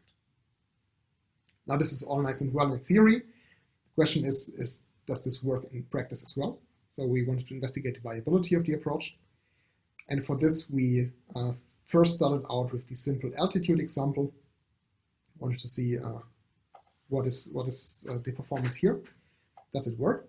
And the answer is yes, it does work. The verification needed around 200 seconds and around 700 megabytes of memory, which is It's not too much to handle for this simple example, but we wanted to see does it also scale for more involved examples. So we took the network specification and verified this. And here, since the specification is much more involved, the memory consumption and runtime also increased enormously, but it was around 1,000 seconds, which is still manageable, and 3 gigs of memory. So we were quite happy with the results. As a last example, we took a flight phase detection specification from a different paper, which is arithmetically way more challenging than the other two specifications. And we tried to verify the specification, and it failed. We weren't able to do that. It always reported that something might be wrong. And upon closer inspection, we realized that there actually is something wrong with the specification. Namely, there is an implicit assumption on input streams which might not be true during the real execution. So in essence, the relevant part of the specification looks like this. We have one input, which is the time, and we have one input, which is some sensor reading. Now we first compute a difference in time, and we compute a difference in the sensor reading. And lastly, we want to normalize the difference in the sensor reading by the time. For this, we divide over the delta time. And the implicit assumption here is that time increases monotonically. This, however, is not necessarily the case. We assume it's the case, but we don't know for certain. And dynamically, if this is not the case, then the monitor would crash. This is something we definitely do not want. Thus, this is an error in the specification. We were able to find it with the verification here. This was pretty interesting to see. Then we corrected the specification and wanted to see are we still able to verify it. And on the corrected specs, the running time was between 6 and 16 minutes. And the memory consumption was around 1.5 gigs. This was perfectly fine. However, out of the 20 runs, 2 of them timeouted. This is around 10% of this is exactly 10% of the runs. And 4 of them failed. And failing here means that either these 3 or Viper crashed, or Viper reported that some assumption could not be verified. And the curious thing is, sometimes Viper was able to verify it and sometimes it wasn't able, despite us not changing the specification in any case. So while these tools work remarkably well, sometimes they have their little problems, and any improvement in this regard for these tools is also an improvement for our approach here. However, regarding our approach in particular, the results here are really positive because we successfully detected errors in the specification, and we were able to verify monitors even for complex specifications. So now let's see how we can further improve the monitor, the software monitor. And for this, we have to have a look at the concurrent evaluation. So assume we extend the specification a little bit by adding another sensor, a pressure sensor, and doing some computation on this. In this case, we just check whether it's below 0. Now we can compute the dependency graph once again, and as I mentioned before, the computation of trigger 2 and the evaluation of too high is independent, so we can do this in parallel. And this is perfectly possible in software. Here we use the crossbeam library of Rust, and we say we start a new scope, and in this scope we spawn different threads. In one of the threads we evaluate the too high stream, and in the other one we evaluate the trigger 2. Now this is perfectly fine.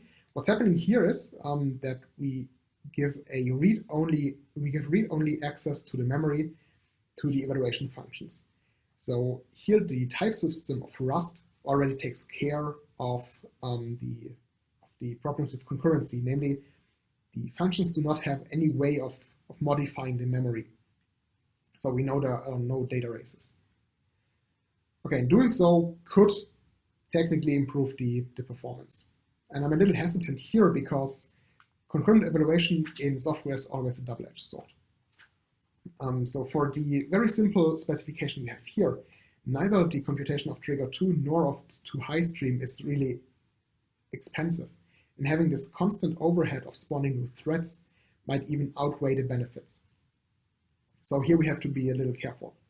For different specifications like the RTLOLA specification before, where we have intense computations like sliding window computations, there it usually pays off to parallelize the computations. But for simple specifications, we have to be careful. So the takeaway here is that enabling software parallelization is a double-edged sword. We have to weigh our options. Hardware parallelization, on the other hand, is a no-brainer. We can just activate it and it's pretty much for free. So that's the main idea behind deparallelization.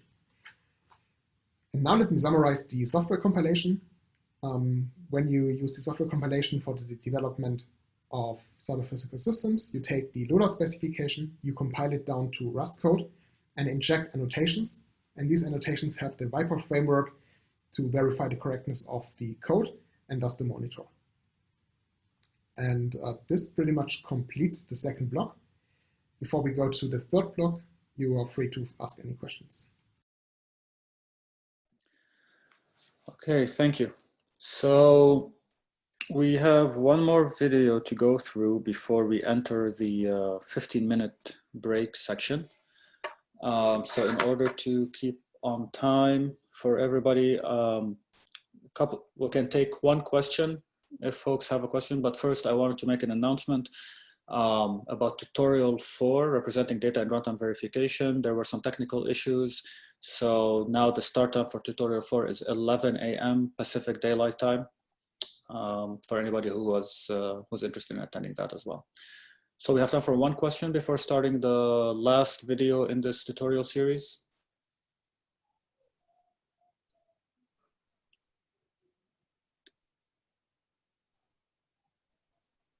Okay.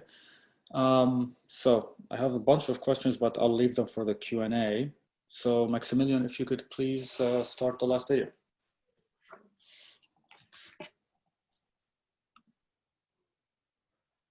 This is the third and last block of the tutorial and is concerned with the integration.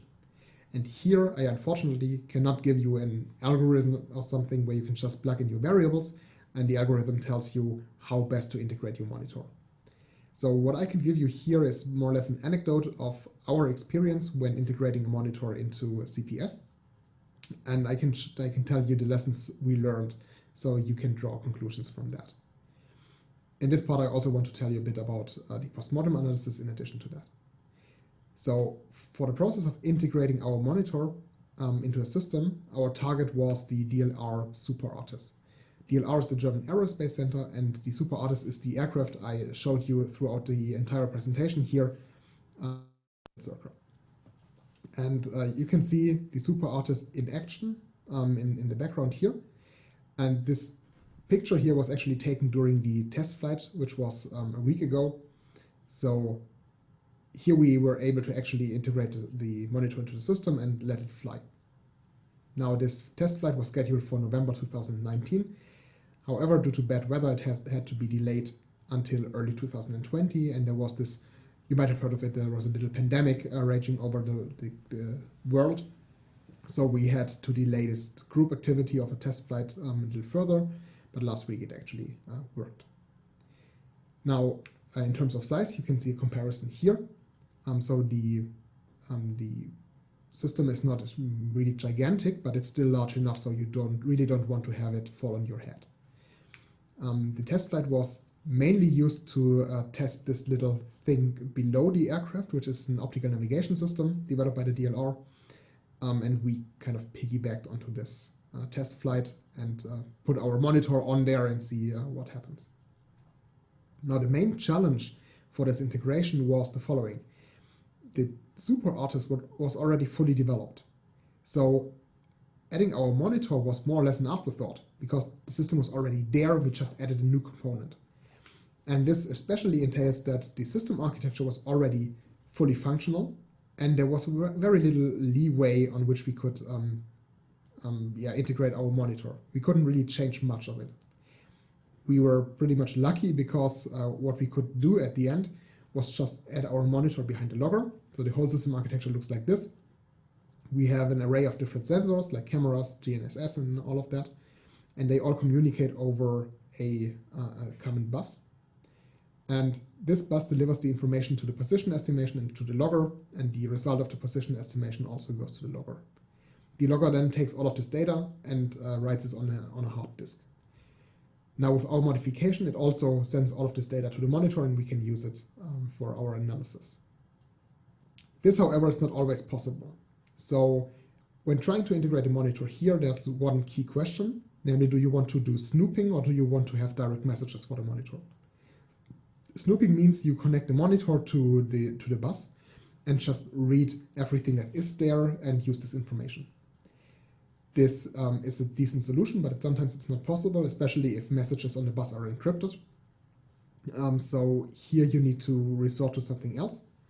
And also sometimes it's just not possible to connect the monitor to a common and central bus.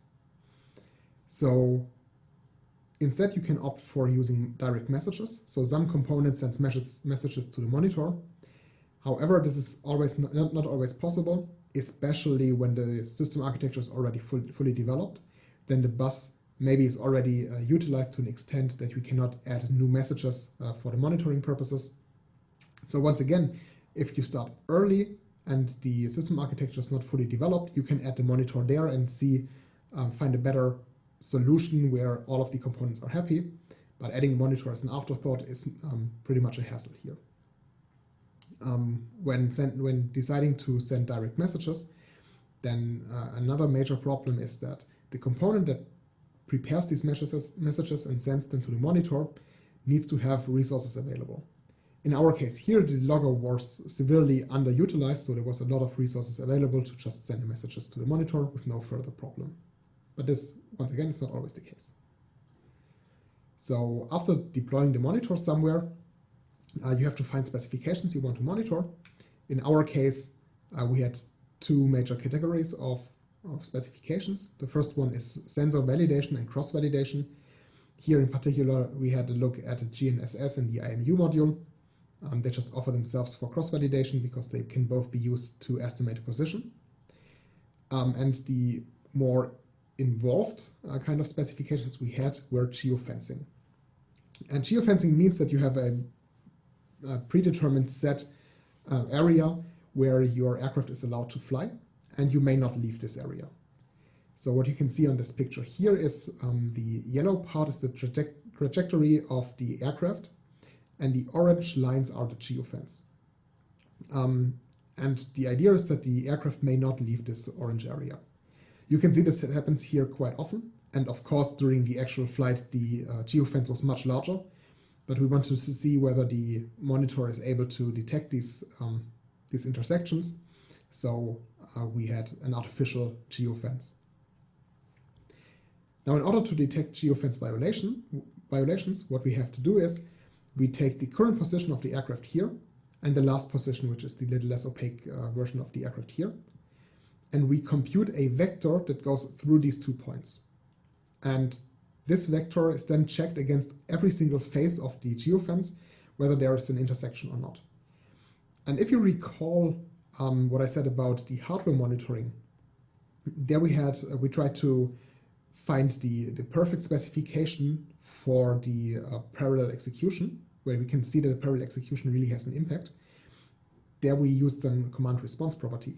But the idea of the kind of specification is really similar, because we have some kind of common data. In this case, this is the green line here, the trajectory vector. And we want to check several different things, and all of these checks are independent of each other. In this case, we want to check an intersection, check for an intersection with any of the geofence's faces. And all of these checks are independent of each other and still arithmetically challenging. So this is pretty much the perfect scenario where we can see that the hardware monitoring really shines. And as a little bonus on top of that, geofencing is a really important problem, a practical problem that has a high relevance because it's used pretty much everywhere in avionics. Now, we had our specifications and we compiled them to VHDL and synthesized them on our FPGA. And what we can see here is that the memory consumption, so the number of flip-flops we had here, was really low. It ranged between 3% and 5% of the available memory. So this was no concern at all. The lookup tables, however, are used to express the logic of the monitor. And here we needed a lot of them, so 71% for the geofence specification, and the more faces the geofence has, the more lookup tables we would need. So there was not too much space to add new additional faces here. What we can see in the power consumption is that when idle, the monitor needed 150 milliwatts. And this is pretty much nothing for a system like the one we had at hand. So this was completely negligible. And even under peak pressure, the power consumption was around 2 watts, which is still not much. It didn't bother the system at all. So that's pretty neat. Okay, so what we can say as a conclusion for our test flight is it was a huge success. We could see that especially the geofence specification was the perfect kind of specification for our system. And we can see that the parallelization really could really shine here. We could also see that the memory consumption was low, and the energy consumption in particular was also, the power consumption was also sufficiently low to warrant the integration of the monitor. So lastly, I want to talk a little bit about a postmortem analysis. And the postmortem analysis is conducted after the termination of the flight, especially if the flight failed for some reason or the mission failed for some reason. In this case, we want to see what happened and where something went wrong.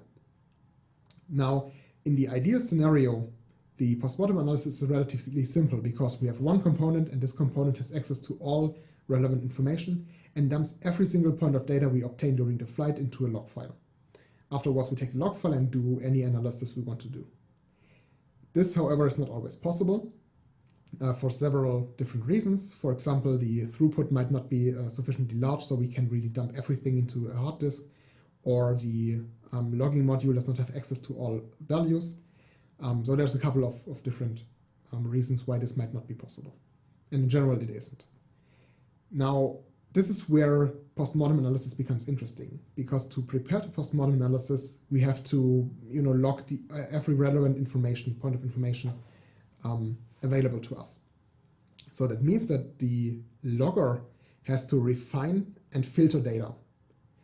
So in summary, what we have is we have a component that needs access to critical data and refines this data, filters this data to get information that is interesting for the analysis of the system after the fact.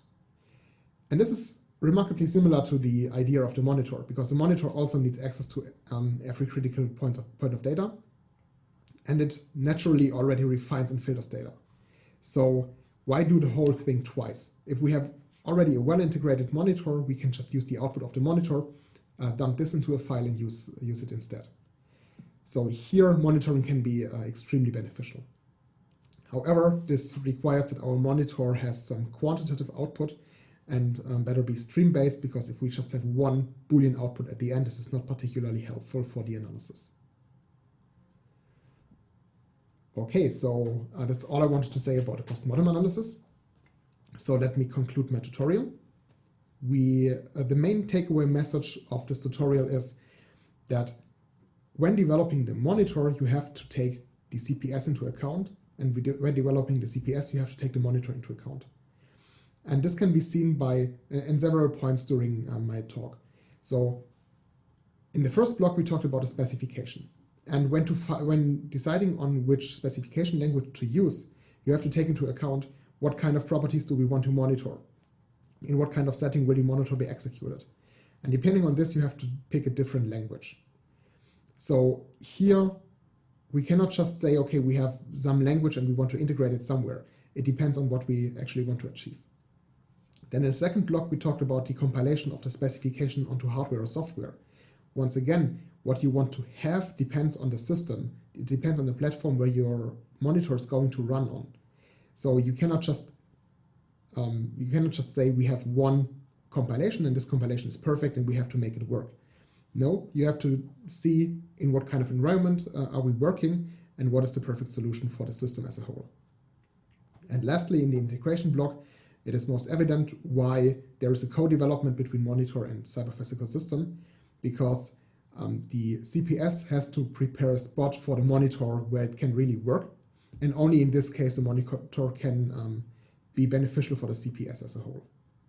So if I want to put all of this into one sentence, then I would say for a monitor to show its full potential, it needs to be co-developed with the CPS. None of these two systems should be developed in isolation, and a monitor should certainly not be added as an afterthought to a fully functional system. I hope you could learn something in this tutorial. And if you have any questions, I'm happy to take them. And also if you have some feedback, please let me know. Thank you.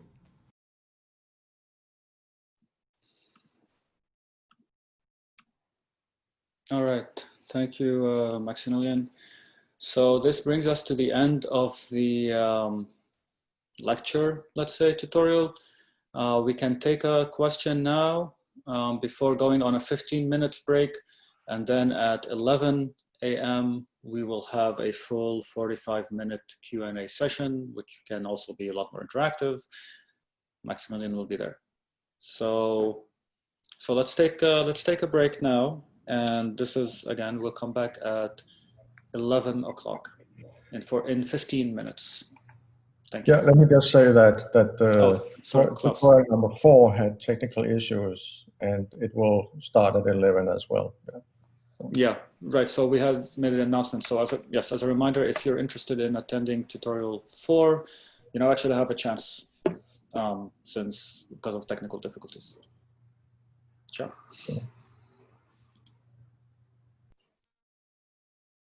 Welcome back, everybody.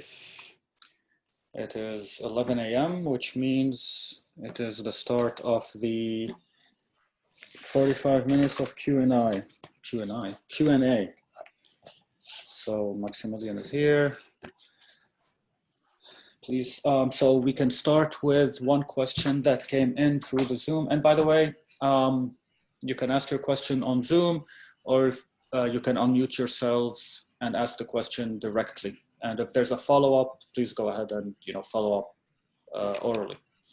So the question from Andrea is, can the monitor deal with out-of-order sequences of values events? So I guess if the stream comes in an order that's different from the order in which it was generated, which I imagine might create some evaluation complications, errors in general, if you don't know that. If not, would you say this is just a matter of implementation, or do you see some fundamental problems with the method? I think this is a really interesting question, because out of order data arrival can have so many consequences. For our tool in particular, we cannot deal with this so far. So there's no method. There is a couple of things you can do to quite easily fix it to some extent. For example, just wait a bounded amount of time, and after this, assume that everything has arrived. So by delaying your execution, you can deal with a little bit of out of order values. However, this does not work for things that are time critical, obviously. And also there might be there definitely is some interesting work to be done to see what can we do that is cleverer than that. How can we predict what kind of values we might get?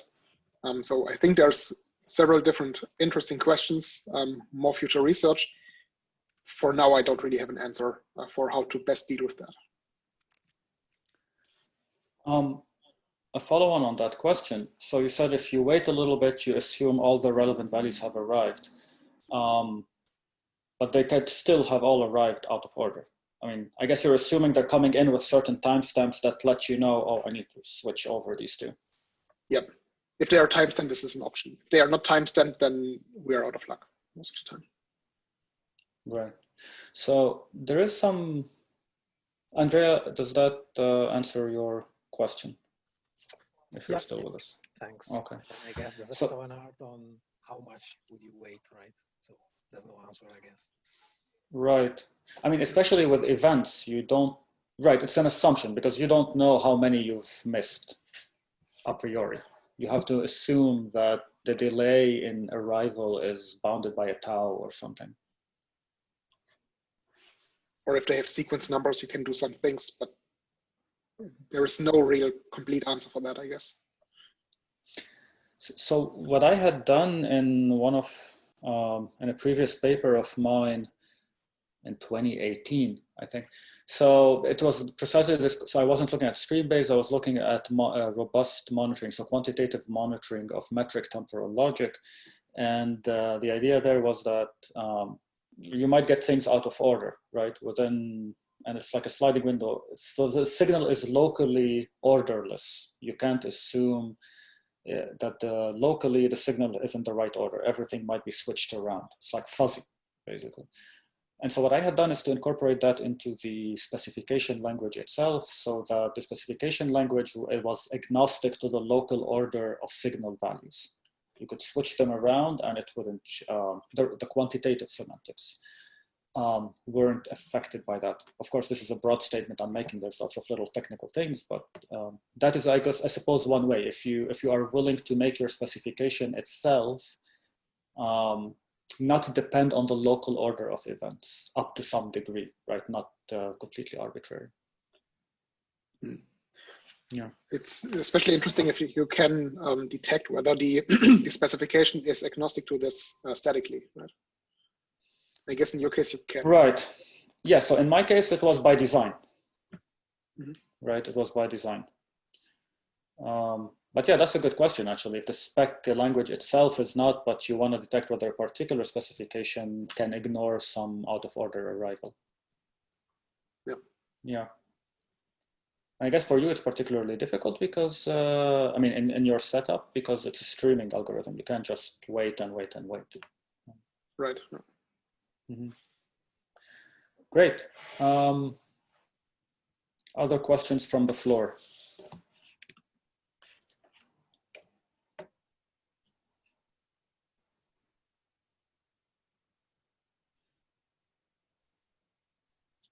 So I had, at the very end there, you mentioned, and when it comes to doing the post-mortem, you said you needed the monitor output to be, you want to use the monitor to filter out events, basically, right? And only keep the ones that are relevant, but it has to have quantitative output. Did you mean that it has to have quantitative output because it's spitting out a subset of the input events, basically? That's it? Or was there something else there? I think the quantitative output is interesting because purely Boolean output is usually not as rich in information as quantitative output. So for the post-mortem analysis, you want to have interesting statistical measures, right? And their quantitative outputs are more interesting than purely Boolean. I see. So you're not talking just about logging a subset of the input events. You're talking about logging statistics of them. Oh, right. Yeah. You don't only log a subset of events, but you also already want to aggregate them to some extent, to summarize them. Okay. Okay. Because if you can just log all of the subset of the inputs, it gets easier, right? The less throughput you have for the logging, the more you have to aggregate and filter. Sure. And then once again, you have to find the right approach. You have to check what can you log. And if it's sufficient to log a subset of the events, then sure, you can do that. What if you're doing a post-mortem of the monitor itself? Post-mortem of the monitor means? Of the monitor's operation. Oh, you want to check whether the monitor operated correctly? Yeah. I mean, you already have a certain amount of verification that you showed us in there, right? So maybe that. Yeah, in this case, you would have to log more inputs, yeah. The inputs to the monitor rather than just the outputs of the monitor, yeah. Yeah, interesting. Yeah. I think most of the verification or increasing confidence is something you can do statically for the monitor because it's such a simple component compared to the system itself.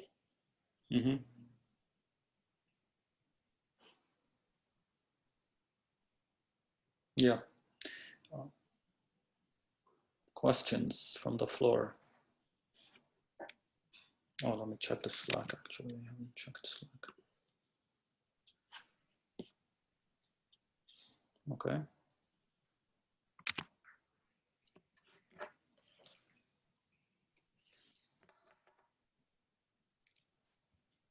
I have another, I have quite a few.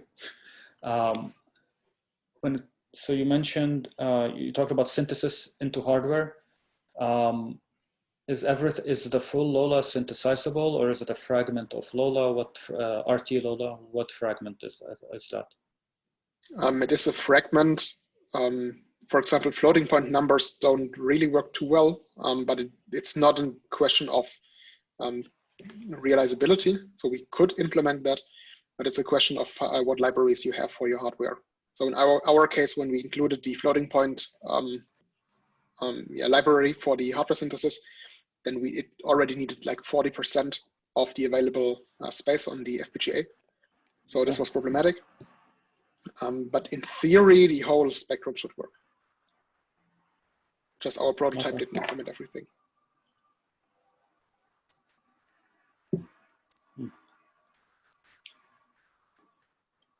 A factual question. I'm not familiar with Rust. You mentioned for a while there, you talked about the Rust language, etc. I know there's a paper on that. What is the Rust? Well, it's a programming language. Yeah. The point for Rust is it's very well suited for embedded devices because you have full control over your execution and memory, and still it is more or less a modern language, so it's easy to work with. And in particular, it's interesting because the type system is extremely strong. So the type system checks who's the owner of a piece of memory, and this allows some accesses that would, for example, cause data races or something like that. Okay. So the type system is so strong that developed software usually just works if it compiles. Which industry uses Rust? Or is it in academia? It's a relatively new language, so it's not widely adopted. But for example, Apple and Microsoft are starting to adopt the language in some parts. It's a lot for backend development. And also for the embedded industry, it's getting more interesting. So they usually are stuck with C because it's the only thing that works, but they try to go in the direction of Rust. The problem here is that there's no certified compiler or something like that yet. But if this would be developed, then they would happily use it. I'm pretty sure. Okay. So it's a systems language. Okay. And this may go back to like a much earlier part of the presentation, but and may not be actually part of the relevant. But when you're reading the RTLOLA specifications, you said you're generating Rust code as opposed to directly compiling it to some sort of machine code. Yes, sorry, I didn't hear the question. Sorry, so the question is why choose to transpile to Rust as opposed to directly generate machine code, or is it just easier to? The idea here was that we can more easily verify the Rust code rather than the hardware. So we could, of course, use a hardware model checker or something like that. But we wanted to use the Wiper framework and verify it on a more abstract level. So here, it's still understandable. If you look at the code and the verification annotations, you can understand why it's correct, why these annotations suffice. And especially when you want to certify your code, you have to show it some person who wants to give you a certificate for your code. Then this person has to understand why it's correct. And then having a verification on the high level, the abstract code is easier than on the hardware to some extent. Sure, that makes sense.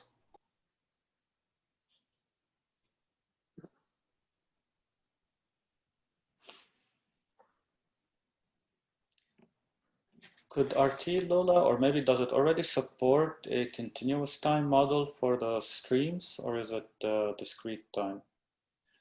Meaning, can I tell it, let's assume my signals are piecewise constant in between samples, or piecewise linear? Or... Right now, we do assume that it's piecewise constant. Right, for the zero order world. Right. It's an interesting question because it depends on how far you want to go down the rabbit hole of having continuous time. In the implementation, it's discretized, of course. Since it's running on software, it's discretized. In theory, you have, in principle, continuous time. So you can have like offsets of 1 second, and you refer back to a value of this signal second before that, one real-time second. Mm-hmm. And this only works if you have this continuous sample and hold semantics. So there you can say it's continuous time. Right, then. Sure. But in a limited sense, yeah.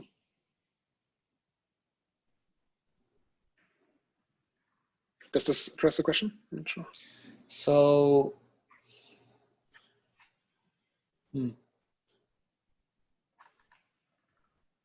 okay, so it's not, yeah, I see. I mean, there's different flavors of continuous time, I guess. So you're saying, you give timestamps and offsets in real time, seconds, and you have to assume something in order to give the value which you haven't observed.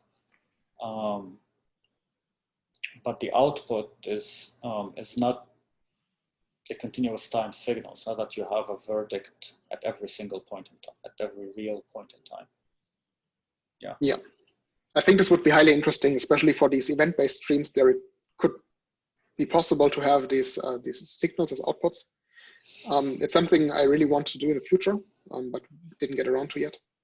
Okay. But it's highly interesting, yeah. Well, I wonder at which point it becomes, whether you do discrete time or continuous time, I guess depends on the application and on which one ultimately makes more computational sense. Because if you could say, oh, I'm just going to sample higher at higher and higher frequency, and then at some point you go, well, this might as well be analog at this point. Right.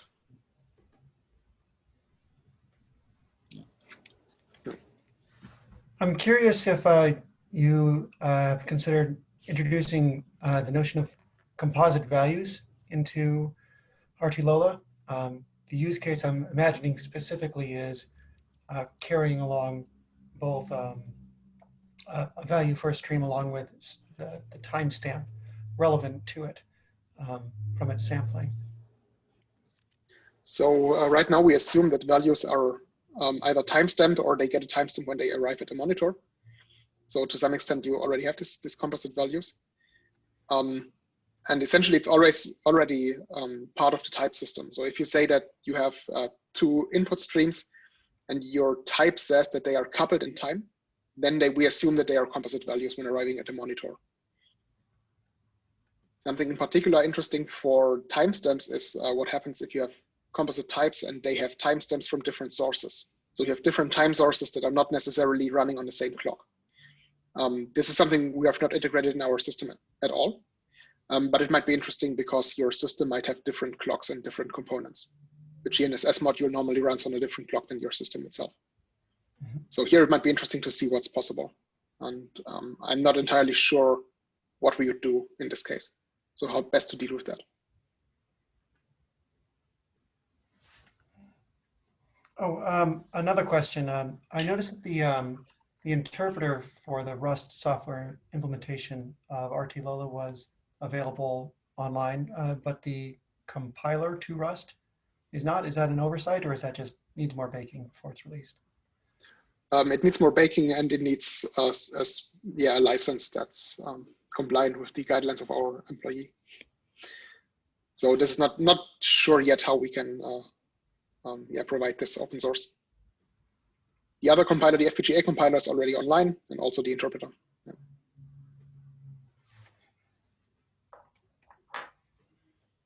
I duly hope we can provide this open source sometime.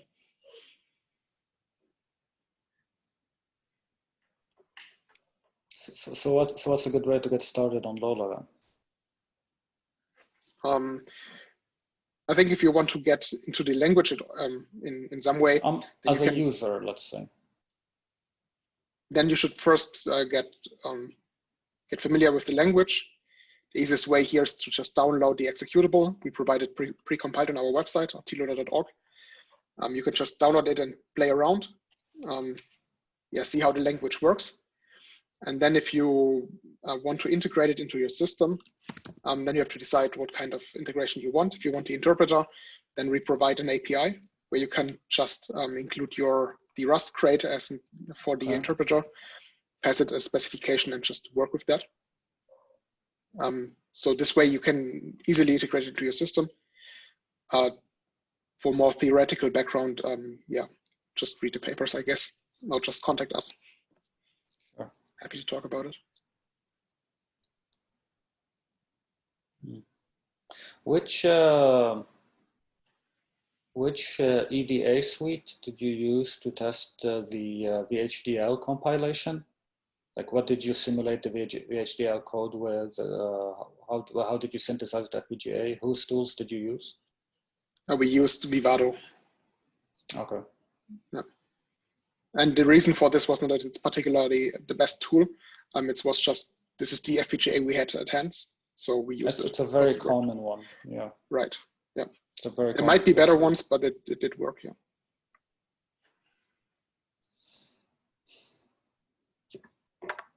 Yeah, I teach a VLSI class. We use Synopsys tools, but again, that's just what we have. They're good enough. A free plug for Synopsys and Vivado. No. I think to really see the differences, you have to be deep inside the topic of how you want to synthesize your tools. Yeah, and you have to, and typically, I don't know, I guess it depends on the level of complexity of the code that you're synthesizing and things like that. I'm guessing 60–70% of VHDL or Verilog code you write, it's gonna be the same. It's when you start testing the limits of the standard or something that you might find differences between tools. Yeah, true. Speaking of hardware, etc., so obviously the language that they use, I don't know, this might be something of a vague question, but the very heavily used language for monitoring and for formal verification in the hardware world, meaning if you're designing hardware, is System Verilog, and it supports properties and event-based triggers and things like that. So I guess it's not a fair question to ask how does RTLOLA compare to System Verilog, because they're not meant for the same thing and they don't provide the same guarantees. I guess I don't have a question. It's really more of a comment. It's like the System Verilog is this big beast, right? Which is made of 3–4 things that were put together by committee, literally designed by committee, etc. So I'm guessing it contains all the RTLOLA features, but it probably, I don't know what sorts of guarantees it provides, if any. And for example, you said memory is linearly bounded in the size of the formula and the number of streams that you have. I have no idea what guarantee is. Tools provide for System Verilog. Yeah. I think this is one of the things. System Verilog is a decent choice for many companies if they want to implement a monitor, because you can just use it and you have some a high level of confidence in the correctness of this framework. Whereas our tool is developed by academia, so it needs some more work to be really to have this level of trust that industry actually needs. Sure. On the other hand, your time frame is graduation. I don't know what it is in Germany, 3–4 years. Their time frame is 6 months. I got to get something, the next feature out in 6 months. So it's right. A trade-off. You have the luxury of making sure it works. Yeah, that's true. So actually, what sorts of comparisons have you made between RTLOLA and other stream-based stream processing languages, let's say? Right, so you've given us these performance numbers for runtime, for power consumption estimates, etc. What about other stream processors? So so for example, the power consumption, the most interesting comparison is against like Python scripts, because this is de facto more or less the standard what people are using. And the people we were talking to, they use Python to analyze their data, not necessarily during the execution, but afterwards. And having like a Python interpreter on your system just increases the power consumption quite drastically. So here this is our main point of comparison. Something we would like to compare it against is Tesla, which can be compiled down to hardware, to an FPGA, but we were not able to use the tool suite to just have a fair comparison. For the interpreter and everything around that, I think the performance itself is not so important most of the time. We can compare it against a variety of different tools, but I don't think that runtime is really the most important part here, because we are usually reading events so fast that the evaluation time, as you have seen for the compilation, it's around a couple of nanoseconds. It's so fast you can't really measure it per event. So well, I don't think that you did measure it. That's how you know it's around 2 nanoseconds. Yeah, but it might be different. It might be off by 25%. We wouldn't even know. Okay. So yeah, because what we measured was like 6.4 nanoseconds, and I doubt that the measurement is correct up to 1 decimal after nanoseconds. Mm-hmm. So here the comparison is, I think it's really hard to compare different runtime or stream runtime monitoring tools right now, because does it make sense to compare the runtime not per item, per input item, but here's a stream which contains 1 million items and it takes 1 second here, and then you have larger numbers to be comparing with, not necessarily on a per item basis, but on a per stream basis, if you will. I think this makes a lot of sense in different domains. For example, if you want to do network monitoring, then you have just huge loads of data that you have to process fast. And then here it makes more sense to really compare. There was some work on network monitoring with RTLOLA, and there we compared against Snort or something like that. So different tools that are particularly interesting for this domain. So the one that comes to my mind is quantitative regular expressions, which is from out of Penn. Konstantinos Mamouras and Rajiv Allur, they had QREs, which is basically a stream processor, but their specification language is a variation on regular expressions, which they call quantitative regular expressions. So that one is explicitly, I don't know, just a comparison point you might want to look at if you weren't aware of it. Because their purpose is to treat huge streams as well, and they do all, they also provide memory guarantees. Although last I checked, it was polynomial in the size of the expression, but that was a few years back. I don't know what's the latest.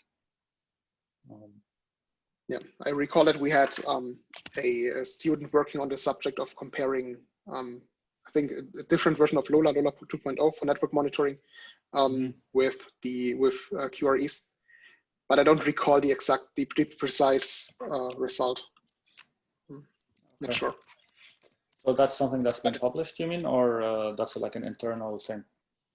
It was internal. I'm not sure whether it's published for external people. Okay. But it's an interesting, different approach. It's more from the logic side of things as compared to for the language itself. Yeah, I remember they had like an equivalent characterization of the language expressiveness and things I'm not familiar with, like monadic second order logic on graphs and things like that. So I guess another thing that you could do for comparison purposes is that, so you're right, if your item is a number, then you get runtimes like 2 nanoseconds per item and things like that. What if your item is more complex? Suppose your item is a graph or it's a 2D array.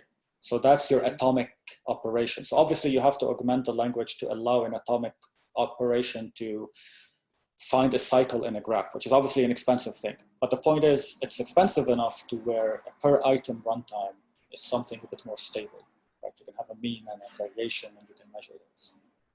I'm not sure, because then it boils down to how these atomic operations are taken out.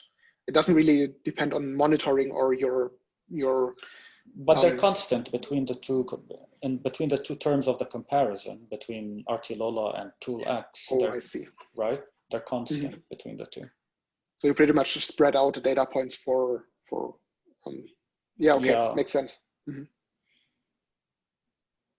This might help to get more robust data points. Yeah.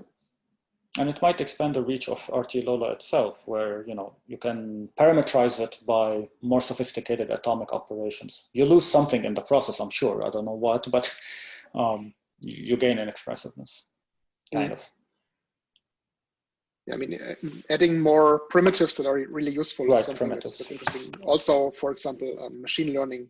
If you consider you have a network trained to detect peaks or something like that, then you can include this. You could include this as a primitive, and just use it as a classifier for one input stream you have. Right. This might be interesting too. Yeah.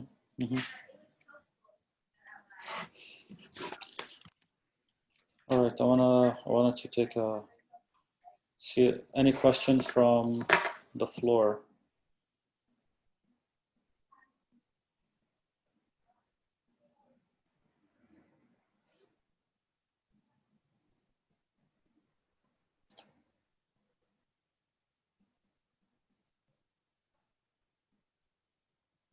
Nobody wants to put Maximilian on the spot.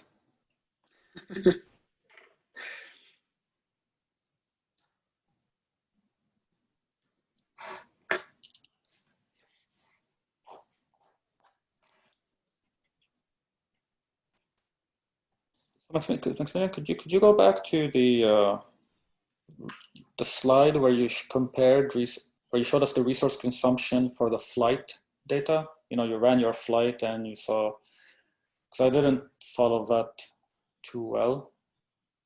Give me a second. Sure.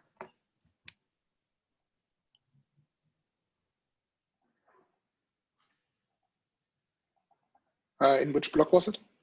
Block 3, where you were talking about the experiment, the flight experiment you did recently. This one? Yeah, so what were the 3 rows there? Honestly, I missed most of this. What were the first row? I know this is the geofencing experiment. What were the other 2? This was sensor cross-validation. So we took values from the GNSS and the IMU and cross-compared them. And the last one was simple sensor validation checks for each of these modules in isolation. Okay, like is it a positive value? Is it within certain bounds? Right, yeah. Now, power idle is the power consumed by the monitor when it's not doing anything. Is that just listening in? Yeah, it's just listening.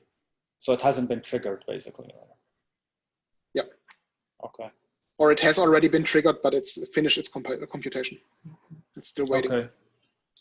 Yeah. Okay. LUT is memory. No, FF is memory. Oh, flip-flops. I thought LUT is lookup table, I thought. Yeah, lookup tables are used to express the logic. Oh, okay. So I did get it wrong. Okay. And what is the number in orange? The percent, how much we had at our disposal.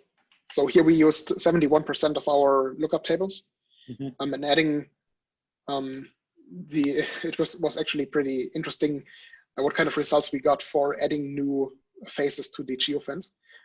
So sometimes when we added a new face, the lookup table consumption was more or less constant. It just varied by a couple hundred. And sometimes when we added one more fence, then it just exploded and got, like, I don't know, 15,000 more lookup tables.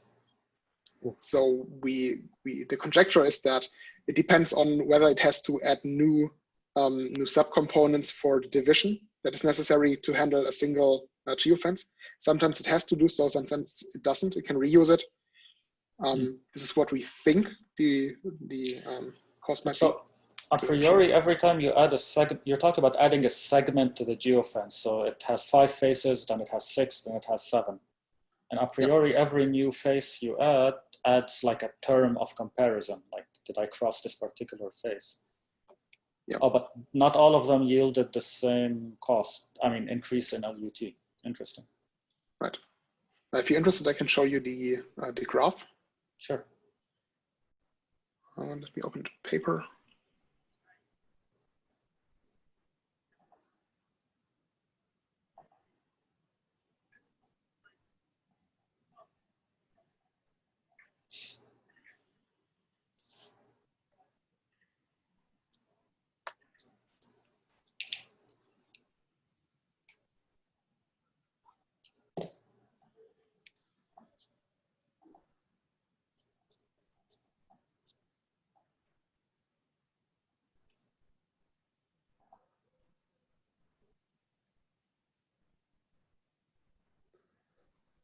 So yeah, this was one of the graphs we had. So you can see the x-axis is number of faces, and the y-axis is number of lookup tables. Okay. And you can see sometimes we added a face and we needed fewer lookup tables.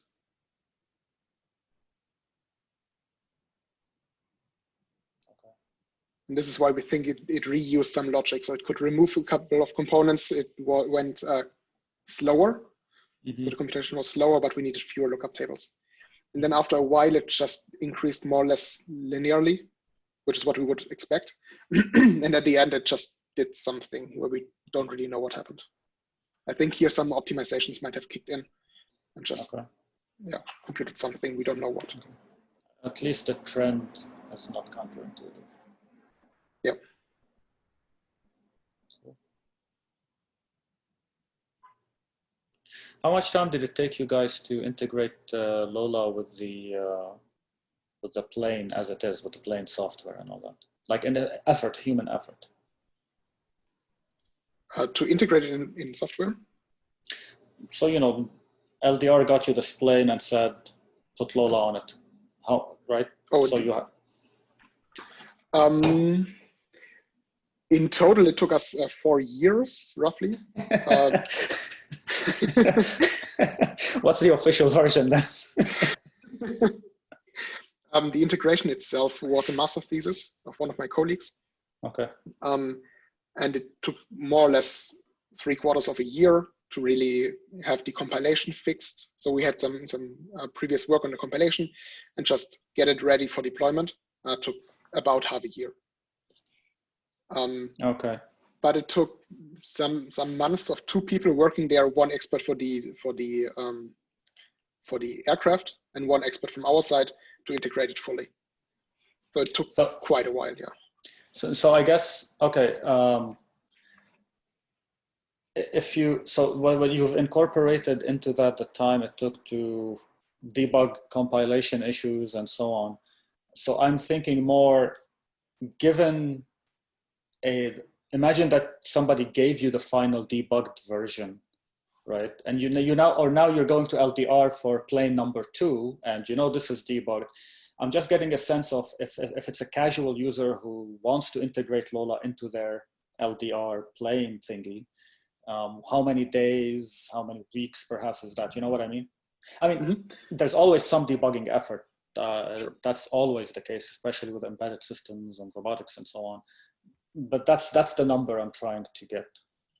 Okay, so if you already have a specification and right. a working compiler, you don't really have to do much. One thing you have to do is you have to connect, in this case, the packages from the DLR aircraft to your FPGA. So in our case, it was a UDP package which we had to parse and then send to the monitor. Mm-hmm. This is what you have to do manually, and then you have to find a decent spot where to put the monitor and find a way to send the messages. As I mentioned in the talk, for our case, it was astonishingly easy because the logger was so underutilized, so we could just send packages all the time. Wasn't a problem. But this might, under certain circumstances, take a lot of time because you have to adapt the system architecture of the CPS again. But also assuming that this would be perfectly fine, you would have a spot and you could just connect it, then it would be really fast. I guess a couple, let's say, pessimistically, a month of 1 or 2 people. Okay. All right.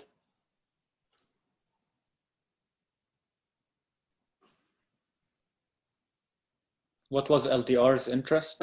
One question, Forsten right. wrote 4 years. This includes development of the language to get it to a point where we could really express all the properties we wanted. 4 years is actually the time when I started with my PhD. So this is how I got to this number.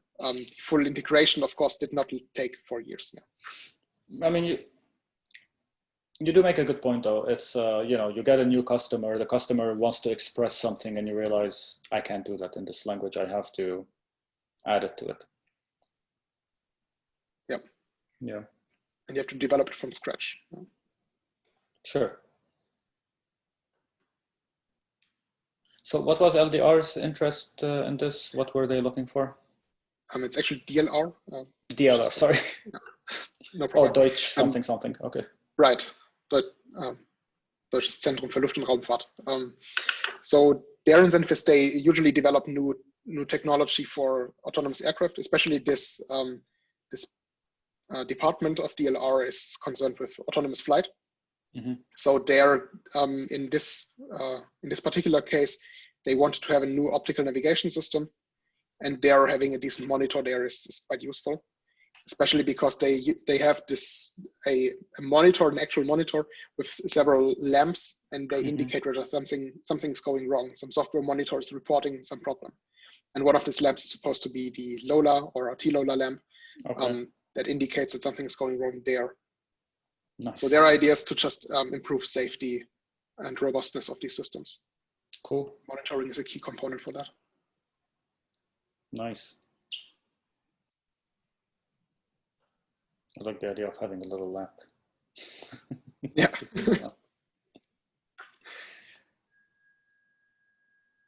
So what do you want to do next with this? What is the next important thing to be done? One thing I really would like to explore is more into this real time. So having continuous time in some way, and also to incorporate prediction into the language or generally into monitoring. So what can we do, especially for a language like RTLOLA, where we have somewhat,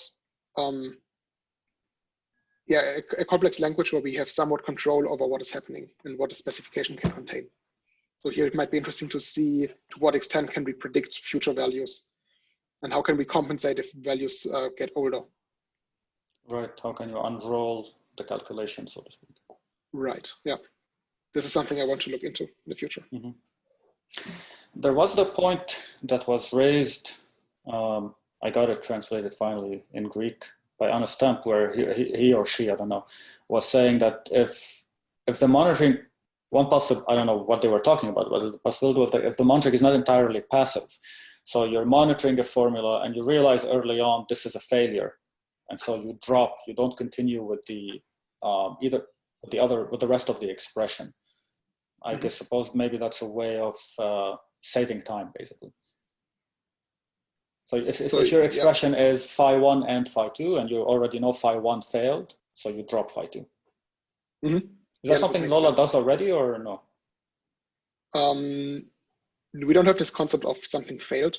So for lazy evaluation, of course, it's in there, but the concept that some input value is wrong or incorrect, we have no concept for that. So there's nothing like that. So you're just streaming, like you're transforming streams input to output, and yep. Okay. What's also interesting in terms of passive and active monitoring is whether you can have an active component. So if you have a distributed monitor on several nodes, and you say one monitor node fails, and the other have to compensate for that. What can you do there? And in particular, how can a monitor pull new data from a different monitoring component or even a control component? So this way the monitor is more of an active part. You mean something that's not just redundancy, something, because are you talking about having simply two identical monitors or no? You can consider like you have two different control computers in your system, and your monitor is computing something. It has a direct connection to either of the two components. Now, one of the data link breaks, and the monitor has to switch to data from the other computer. And for this, it has to actively pull the data, because it doesn't always receive data from both nodes, but it wants to say, okay, now since this one data link is broken, I pull data from the other link. Okay. So here it has an active role, and this actually has an impact on throughput and everything. On bus utilization. So here it might be interesting to see what's happening. Yeah. Yeah.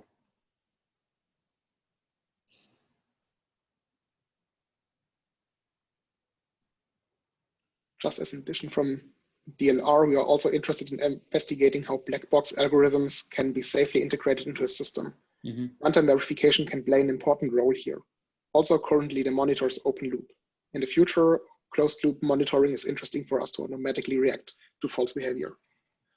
That's from Sebastian Schirmer. This is our main contact point from DLR, who helped a lot with the integration. So shout outs to Sebastian. Hi, Sebastian. 4 years. Sebastian has been very patient.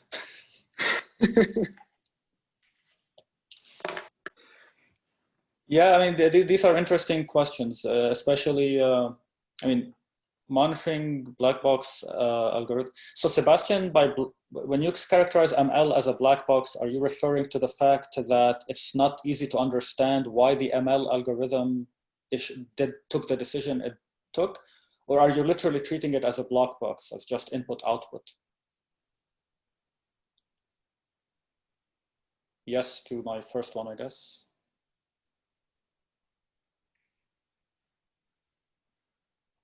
You feel free to unmute, by the way, if you're comfortable doing that as well.